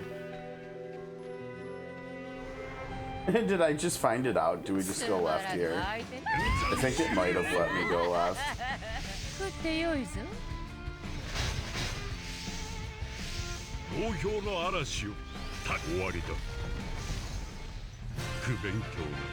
And it doesn't matter here, because remember we made... Okay, that wasn't too bad. Oh, that was a that was a good chest too. Now, did we get all the chests in here? No, there's still 2 more, maybe in the next area. I think there was an area before here too, so I might have missed chests in the past too. Because we didn't look at the chest count before we... Oh wait, yeah, we did. I think... I mean, maybe I missed them before. I think we were at 0 out of 12 when we started this, so maybe we missed a couple before. I'm not sure, like in one of the other chapters that we had to come in here for.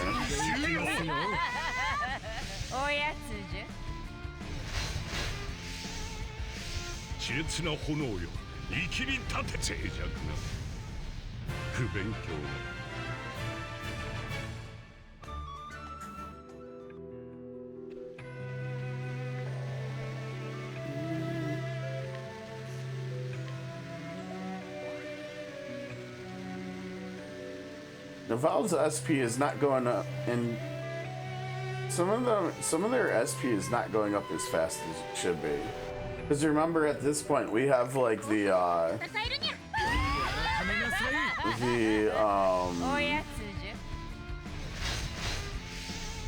influence level up things where we're regenning a little bit of HP and SP after every fight. Only 12 SP though. I finally caught the number. Yeah, I suppose that's not very much. All right, the deepest depths, level 85. Okay, we're not gonna actually have like a mildly challenging fight here at the end, are we? Oh, and we're like right here. Oh my gosh, that's really cool. This is really cool scenery in here, actually. Waterfalls in the foreground, we're walking behind. There we go.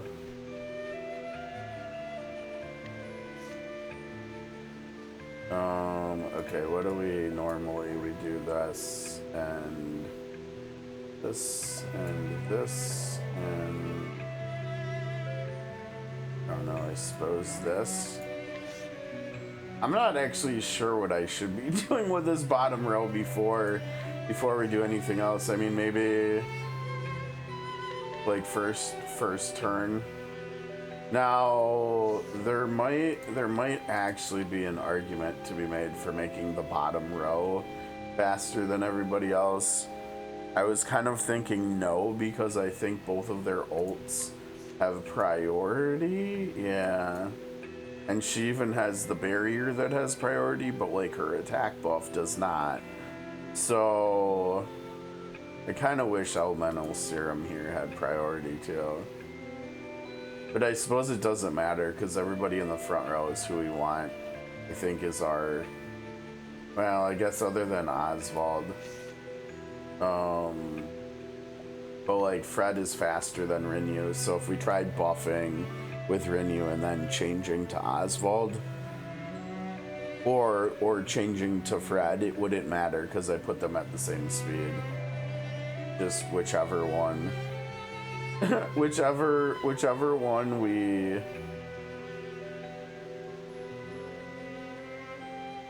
don't want to get the buff would end up getting the buff.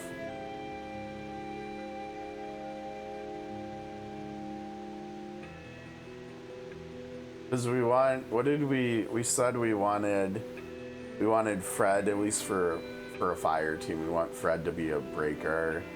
And then when it's time to, I mean, we might still just want her to be the nuker though, because her skill will hit 10 times, which is, in theory, should be more damage than anything Oswald can do, as long as she's got Rinyu's ult, right? The only problem is, like, Temenos' ult is 1 turn, and Rinyu's ult is 1 turn. And so, like, basically at this point, with having both of them now, and having them both in all the teams, we kind of need the ult upgrade. We need to be able to take ults to 20, so that we can actually ult with Rinyu and Temenos in the same turn, kind of deal. I mean, and basically what that means is we'd be giving 2 people 50% potency and 1 person 100.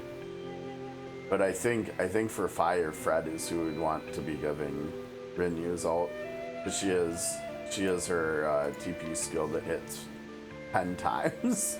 Right, when you're hitting a broken enemy, right? Because then she gets double cast, so she's doing 400. She'd be doing 1600 potency with Rinyu's ult, right? that's a lot of potency. I think that's more than Oswald with his 100 potency ult on himself, I think, right? Yeah, it's gonna be more damage than he can do, because he's doing, we just did the math on this, what is it, 585 times 2, right? Which is 1170. that's not the same. That's not 1170 is not the same as 1600. So Fred should have the highest damage potential, I think. The only other question is here. So she's doing this by 60. I mean, that's not even as much as Oswald, actually, right? It's 480. It's 9. Wait. 100 no. Wow, no, am I completely wrong? It's 480, 960 times 2. No, it'd be 1920. So she actually, okay. So that changes things a lot, right? So Rinyu, and this is why Tatlock is so exciting, right? Because she can do 1920 potency with Rinyu's ult to anything, right? Because she's dark weakening and then hitting dark with all 6 hits on her skill. And so she's just doing her full damage anytime she wants, as long as Rinyu has an ult charge. But that's also why when she becomes available in the exchange, I need to get 1 copy of her so I can U10 her, so I can have a second use of her ult for Tatlock right now. But that also means that Fred is literally just a breaker. right? Fred is literally just a breaker, and then Oswald needs to prep. Oswald needs to do prep, and he needs to ult himself, right, before a break when he's nuking, and he also needs to have his latent available as well. But that also means he's going to be, what did we say the numbers was, 1170? So he's doing 1170 potency, Tatlak's doing 1920, and then Nivelle would be doing, he doesn't have a way to buff his potency, right? No. So he's going to be doing 50%, or actually, and I think the way this works, because this is just buffing the potency of a specific skill itself, I think that means he should be able to get potency buffs from other characters too. So I think he should be able to get Temenos' ult too. So he should be doing 250% more potency. So instead of doing 219, we'd be adding 37 more to that. So 219 plus 37 is 256? Yeah, 256 times 5. So that's like probably, let's see, 256. That'd be 1280. So he's actually even gonna, in theory, be doing more damage than Oswald. But that's a lot. That's actually not bad potency, right? Because we're talking about doing over 4,000 potency worth of damage in one turn, with like split between 3 characters.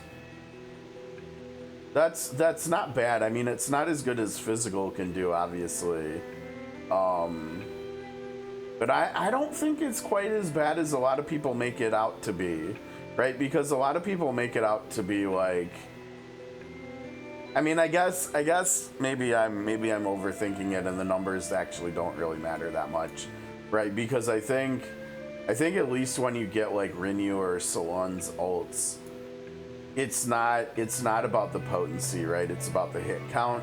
So maybe at the end of the day, it would be better to put Rinyu's ult on Fred for fire, right? Just because it's 10 hits, and like totally just disregard the potency.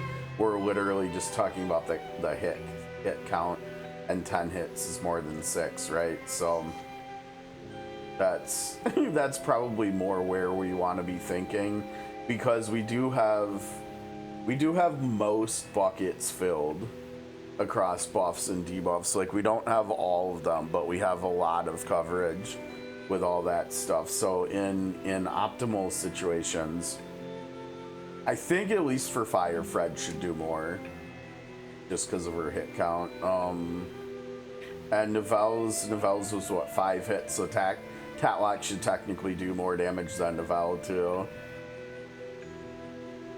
But like, if I'm not hitting damage counts, that's where the potency comes back into play, and that's where maybe Tatlak might actually do more damage than Fred.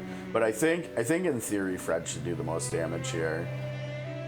I mean, I don't think I've done a single fight where I've got to try like all of this like prep and actual like min-maxing.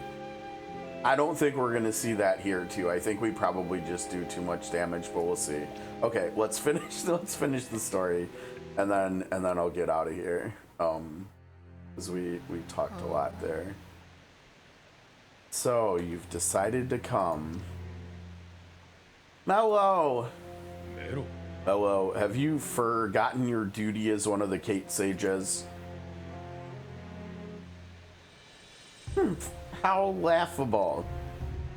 I should be the one asking you. Have you forgotten the pride of the Kate? Surely you know well the selfishness and ugliness of humans. Mellow.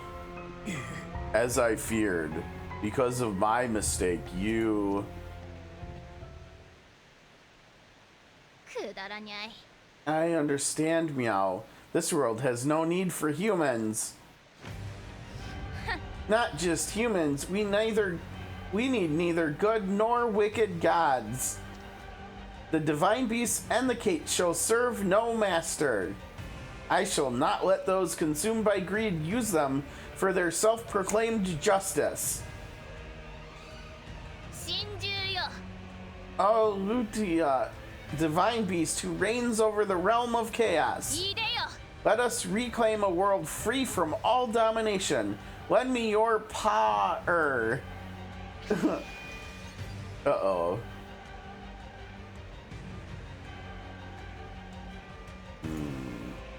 Still nothing. にゃ。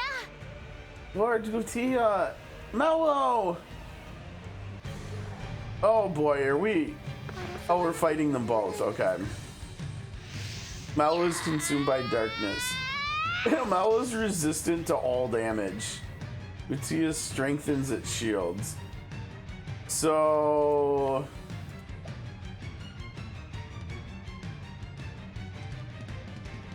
I think that means we need to fight Lutia. Right?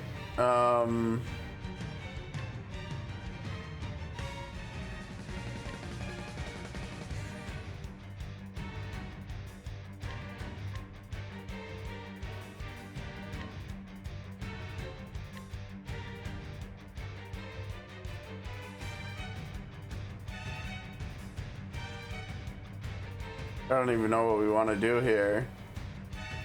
With Tamino Serenu, what do we want to do?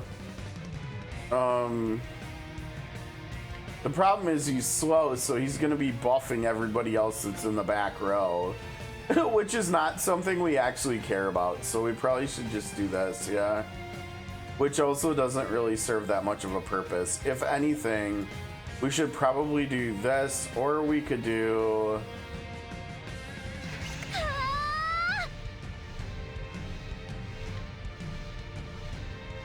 We do that, and then so it's gonna push everybody in the front row to the back, and then they're gonna come back to the front and attack when it's their turn. I think is how it should play out. Again, this is like literally technically the first fight we've done with this team that's not like on like an auto random battle. So not quite sure how this is gonna play, but hopefully it'll work out well. Life Snatcher, sure. Okay, and then she's gonna push. And then she came front. Let's see. Oh wait, I was gonna use the people in the back row anyway, so. Okay, so we got fire on both. And we're using the fire team, so that's wonderful.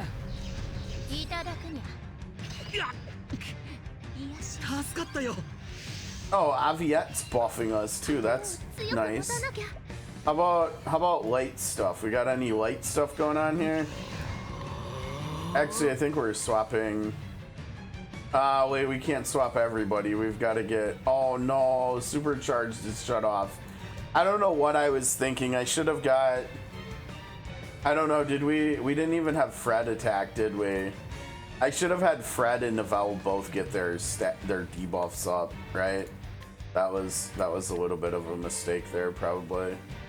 I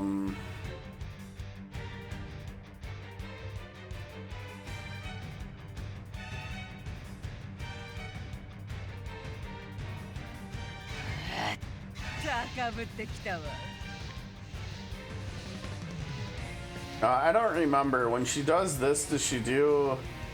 That sucks. It would have been really nice if this dewarding spice also did combust.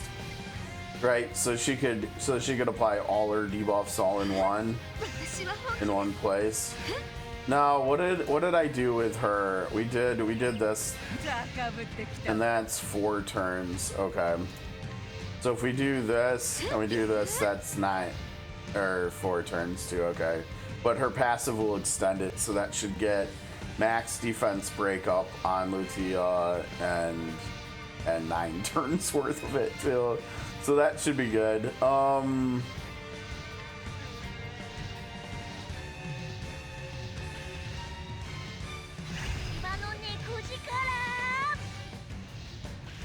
I always do that where I drag it to outside the window and then it closes. And I don't actually cast the skill that I'm trying to cast. It's funny. Sure.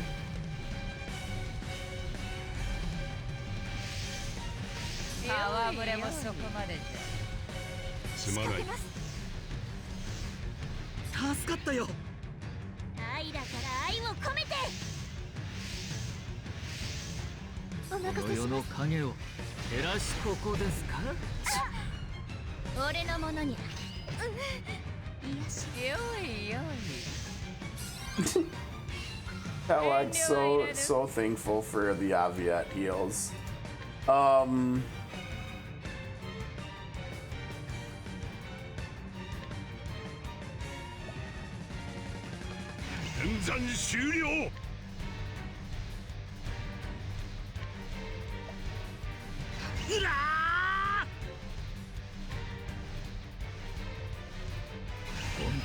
But you're not doing like any damage, Samelo. I wonder when we break Mellow if the damage reduction will like go away.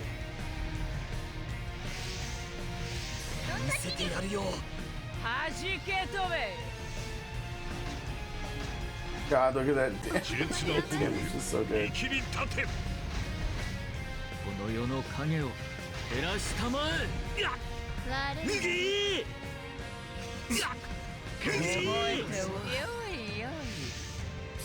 Tatlock, so appreciative.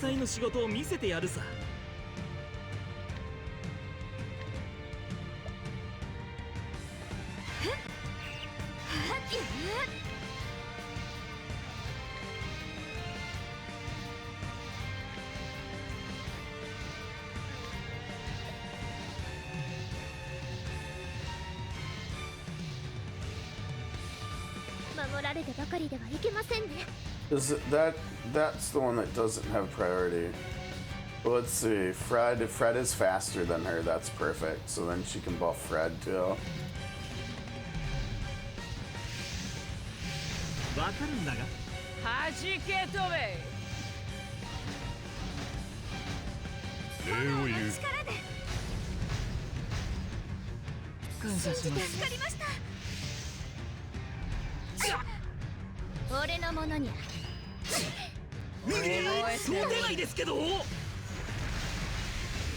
Oh.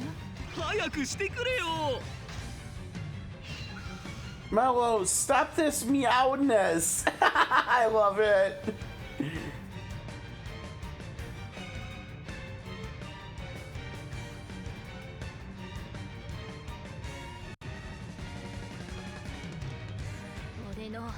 Aviat, get out of my way. Uh-oh. Meow! Oh no! Are we losing Aviat too? Mellow, come back. Return to who you once were. I believe in you. Oh damn. Cleanse. Yeah. Darkness, influence, something, something. I missed it. And Mellow has weakened. Wah. I won't lose. I won't lose. I won't lose. Die. Die. Now, we've heard that before, remember? When it comes to a certain book, we've heard that a lot before. Lord Lutia, please come to your senses. It's break time. Yeah, look at everything here. Okay, so how do we I think we prioritize Temenos' ult, right? Because it's gonna hit 3 people instead of just 1. Now as far as keepers, God, I can't remember who we I really don't remember whose keeper we're looking to use. No. Can't even use that one. Can't even use. And there's another one that does that to every enemy, right? Not one of those two. I think honestly we probably just want to do Fred's ult here. Right, because they're both combusted and there's two enemies. Is it you? I think it's you. No. Wait, where's the keeper that does magic defense break to the whole front row? We have one that does that, don't we? I thought we did. Oh, you know what? That's Mahina, isn't it? And I don't know if we actually... It's not Aerie. I don't know if we actually have Mahina on the team right... Here's Mahina. Oh wait, no, and that's magic attack. Buff for the whole front row. What's the keeper? Is it this one? No, there's one that does it to the whole front row, isn't there? That does defense break?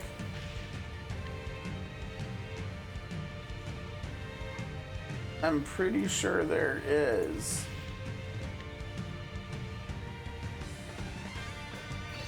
I clearly do not have them in here though. Okay, so Nivelle is our breaker, remember? And Nivelle exploits fire, so Nivelle can break with this. Although Nivelle might just still have this buff up. I think Nivelle still has this. And I think he can technically break with that. But yeah, do that. And then next turn, if we need it, we can have him use his ult to nuke too.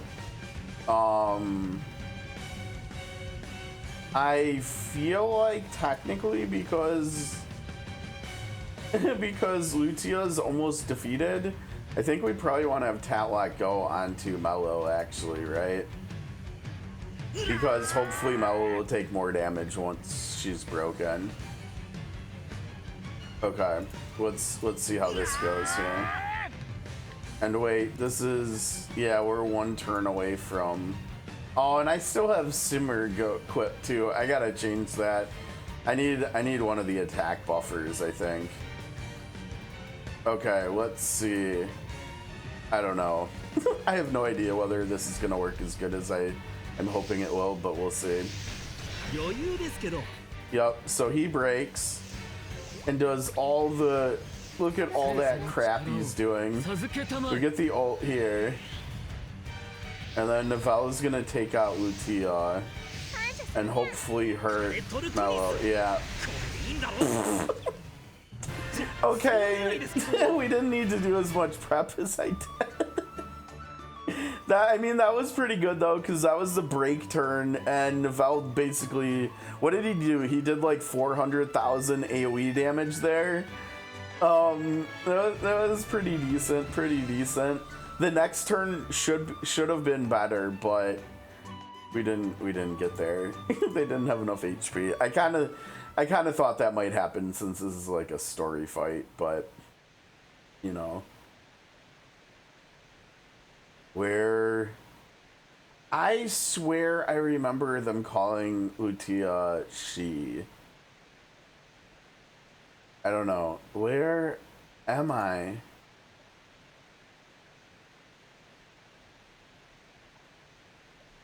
Oh, has your consciousness returned?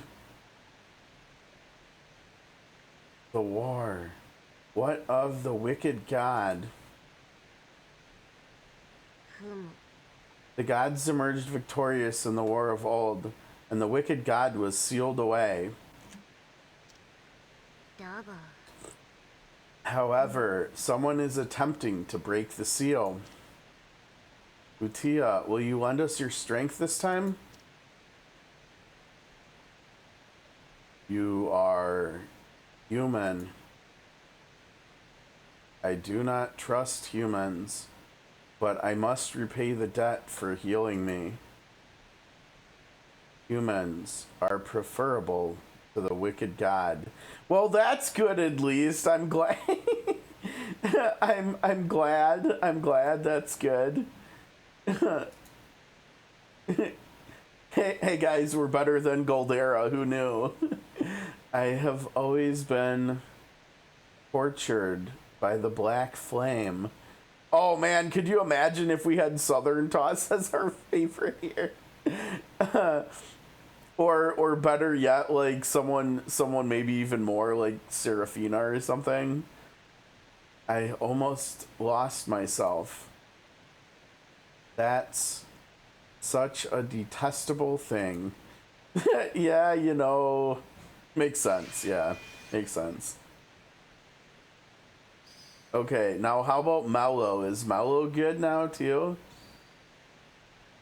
I hope this Divine Beast is like really cool. Like what if she's the first like magic attacking one? That would be fun. I don't know what element I would like. I mean, she's of the water, so it would probably be ice, right? But that would still be pretty cool. It's not over yet. Mellow, I'm sorry.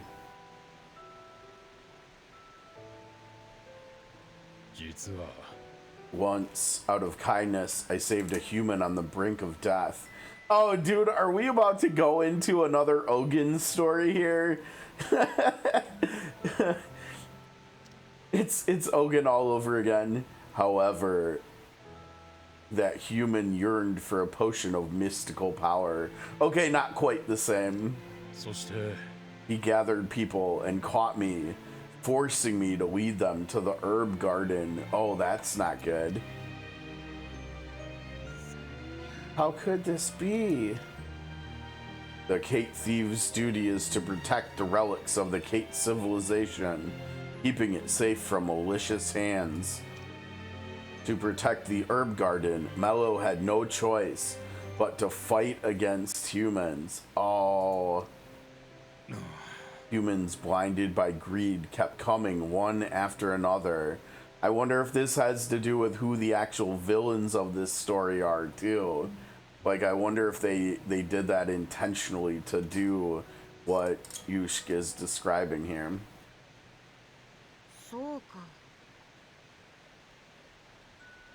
Was Malo's past anguish awakened by the accursed halo? I shall accomplish this alone. Mello, you sought to use the divine beast for your own ends. In the end, your actions are no different from those of humans. No, that's not true. Wake up, Mello. You are one of the Kate Sages.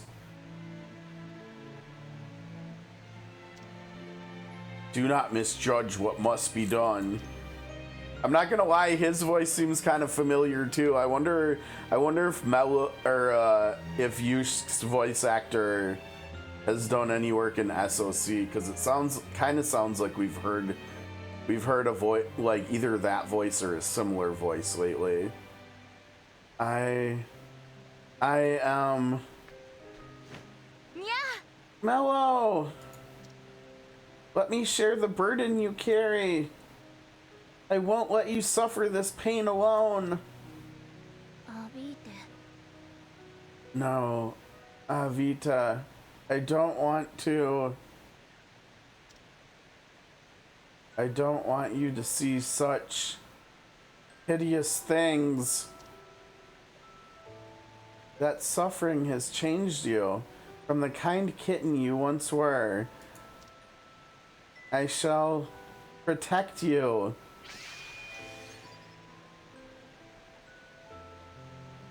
Meow! Alright, Mello. Are you back?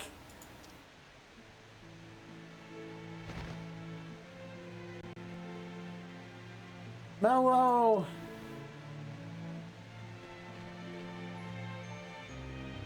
I mean, it's kind of handy for Mello here that while she's going through this, she's got the cleric sage and the apothecary sage here to help pull her out of this, right?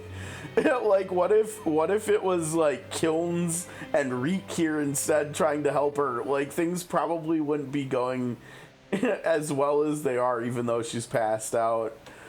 Like, I don't, what's Kilns gonna do? Like, yell at her? What's Reek gonna do? Try to like barter with her or something? Fear not, she is merely passed out. Great. Let us return to the Sacred Springs for now. This has definitely been one of the best Emberflame stories, I think. Chapters so far. Where am I? Are you awake? You were having quite a long night, meow.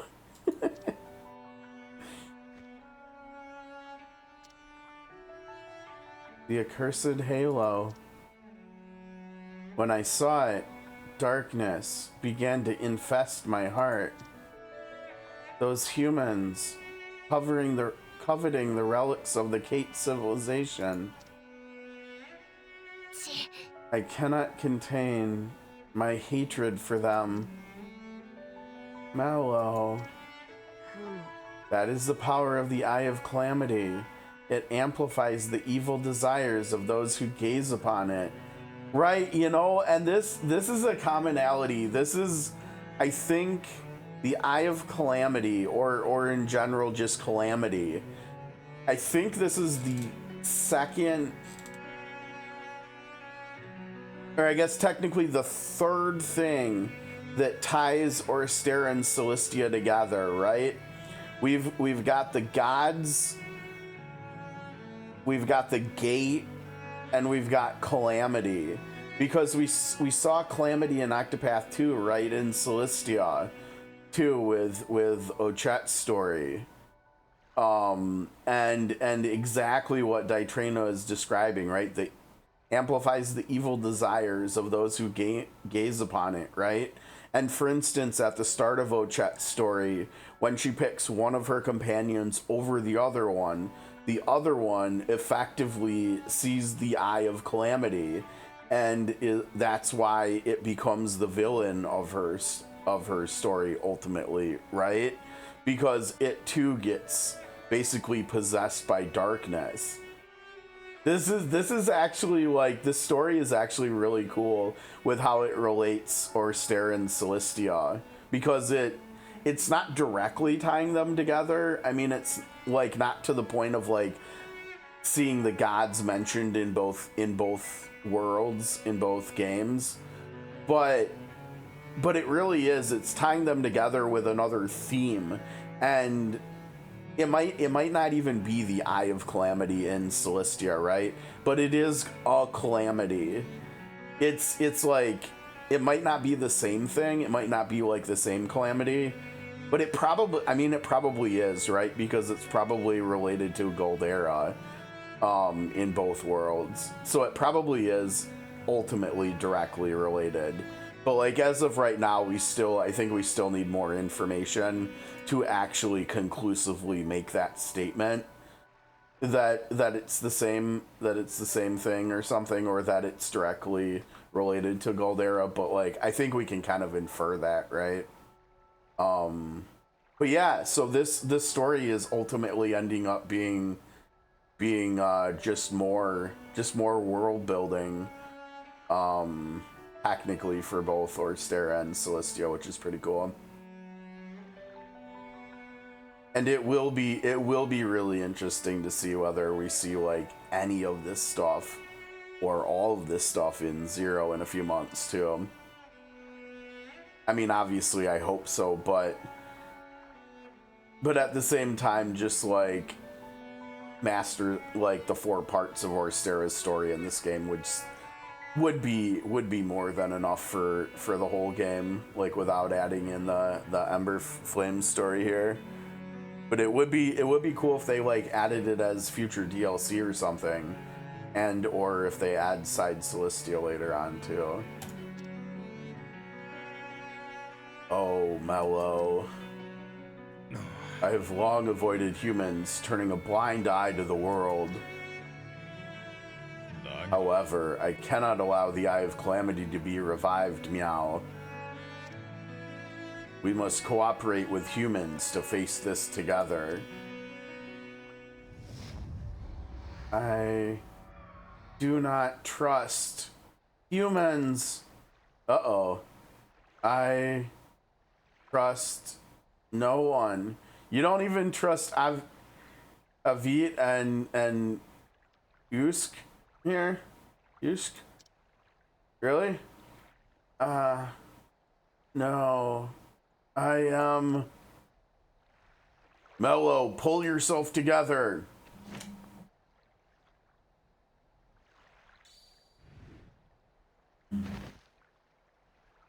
Mellow. This is really not good what's going on with Mellow. The more powerful one is, the stronger the influence of the accursed halo becomes. Mellow is one of the 8 sages. This curse will not fade so easily. If we do not prevent the Eye of Calamity from reviving, she may never break free from its control. Mellow. Aw, Tatlak's consoling her. Tatlak, I leave everything to you.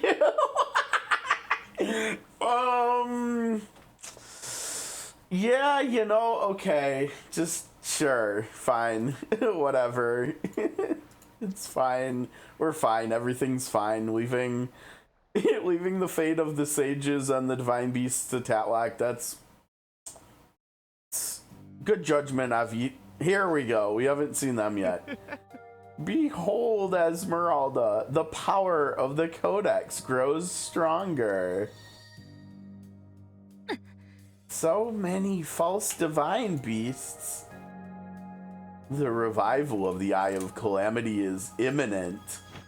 I leave the rest to you, Esmeralda. Oh, we have someone else coming? Was that Ditrina over there eavesdropping, gathering intel? I don't know.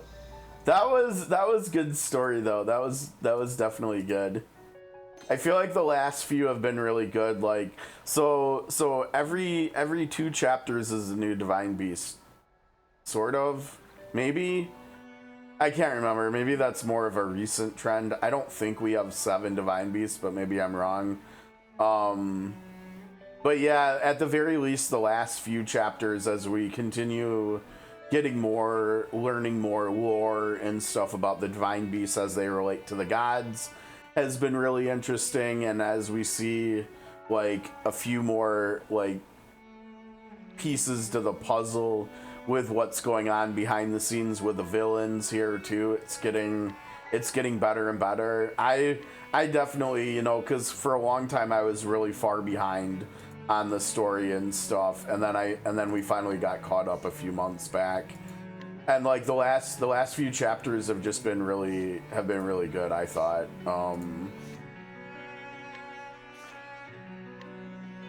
Much better than I anticipated this story being. Like at first, when it first started, I thought this was just going to be like another kind of like a just another side quest type thing. And obviously that's, at this point, that's not the case. Like this is actually pretty darn important what's going on here. So yeah, definitely that was enjoyable doing these 2 chapters today. We had some good laughs with the keepers and good serious stuff too with the divine beast. Now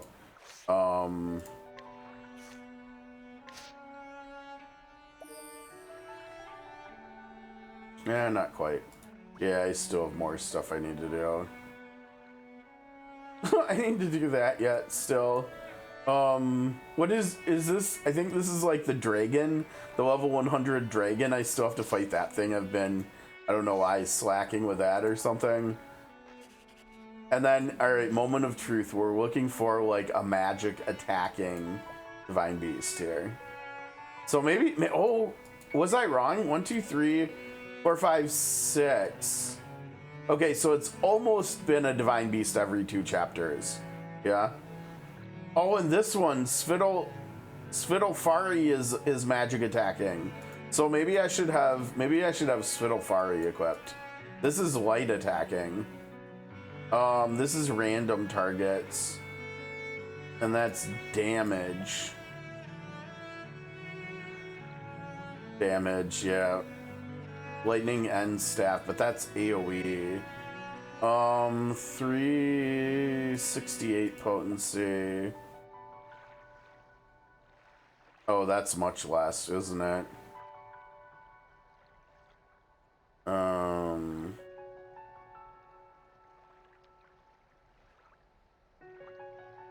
What is that, like 288, I think? That's much less than... And Svittlefari is AoE too, so that's just straight up better than 2A2. Oh, and yep, I was right, it's ice. Let's see, 82 potency, 92, that's higher level though. So yeah, it's probably gonna be...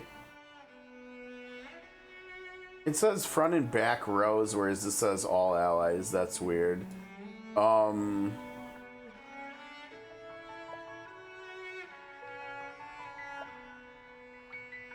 interestingly, none of the magic ones... Oh, this one does.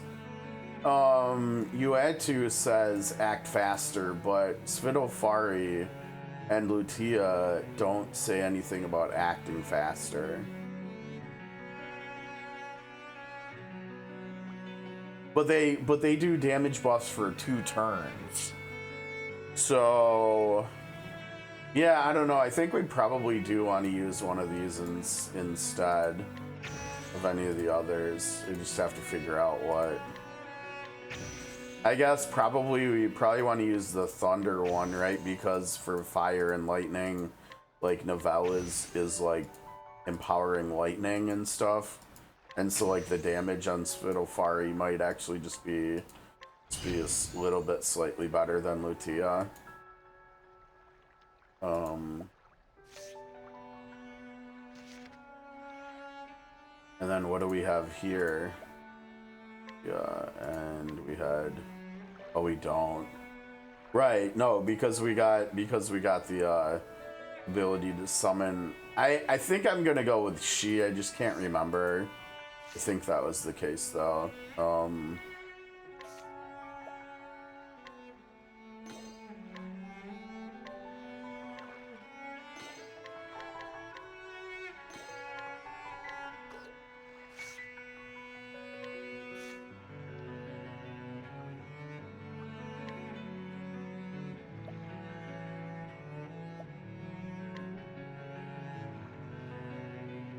Okay, let's go Svittlefari. Svittlefari.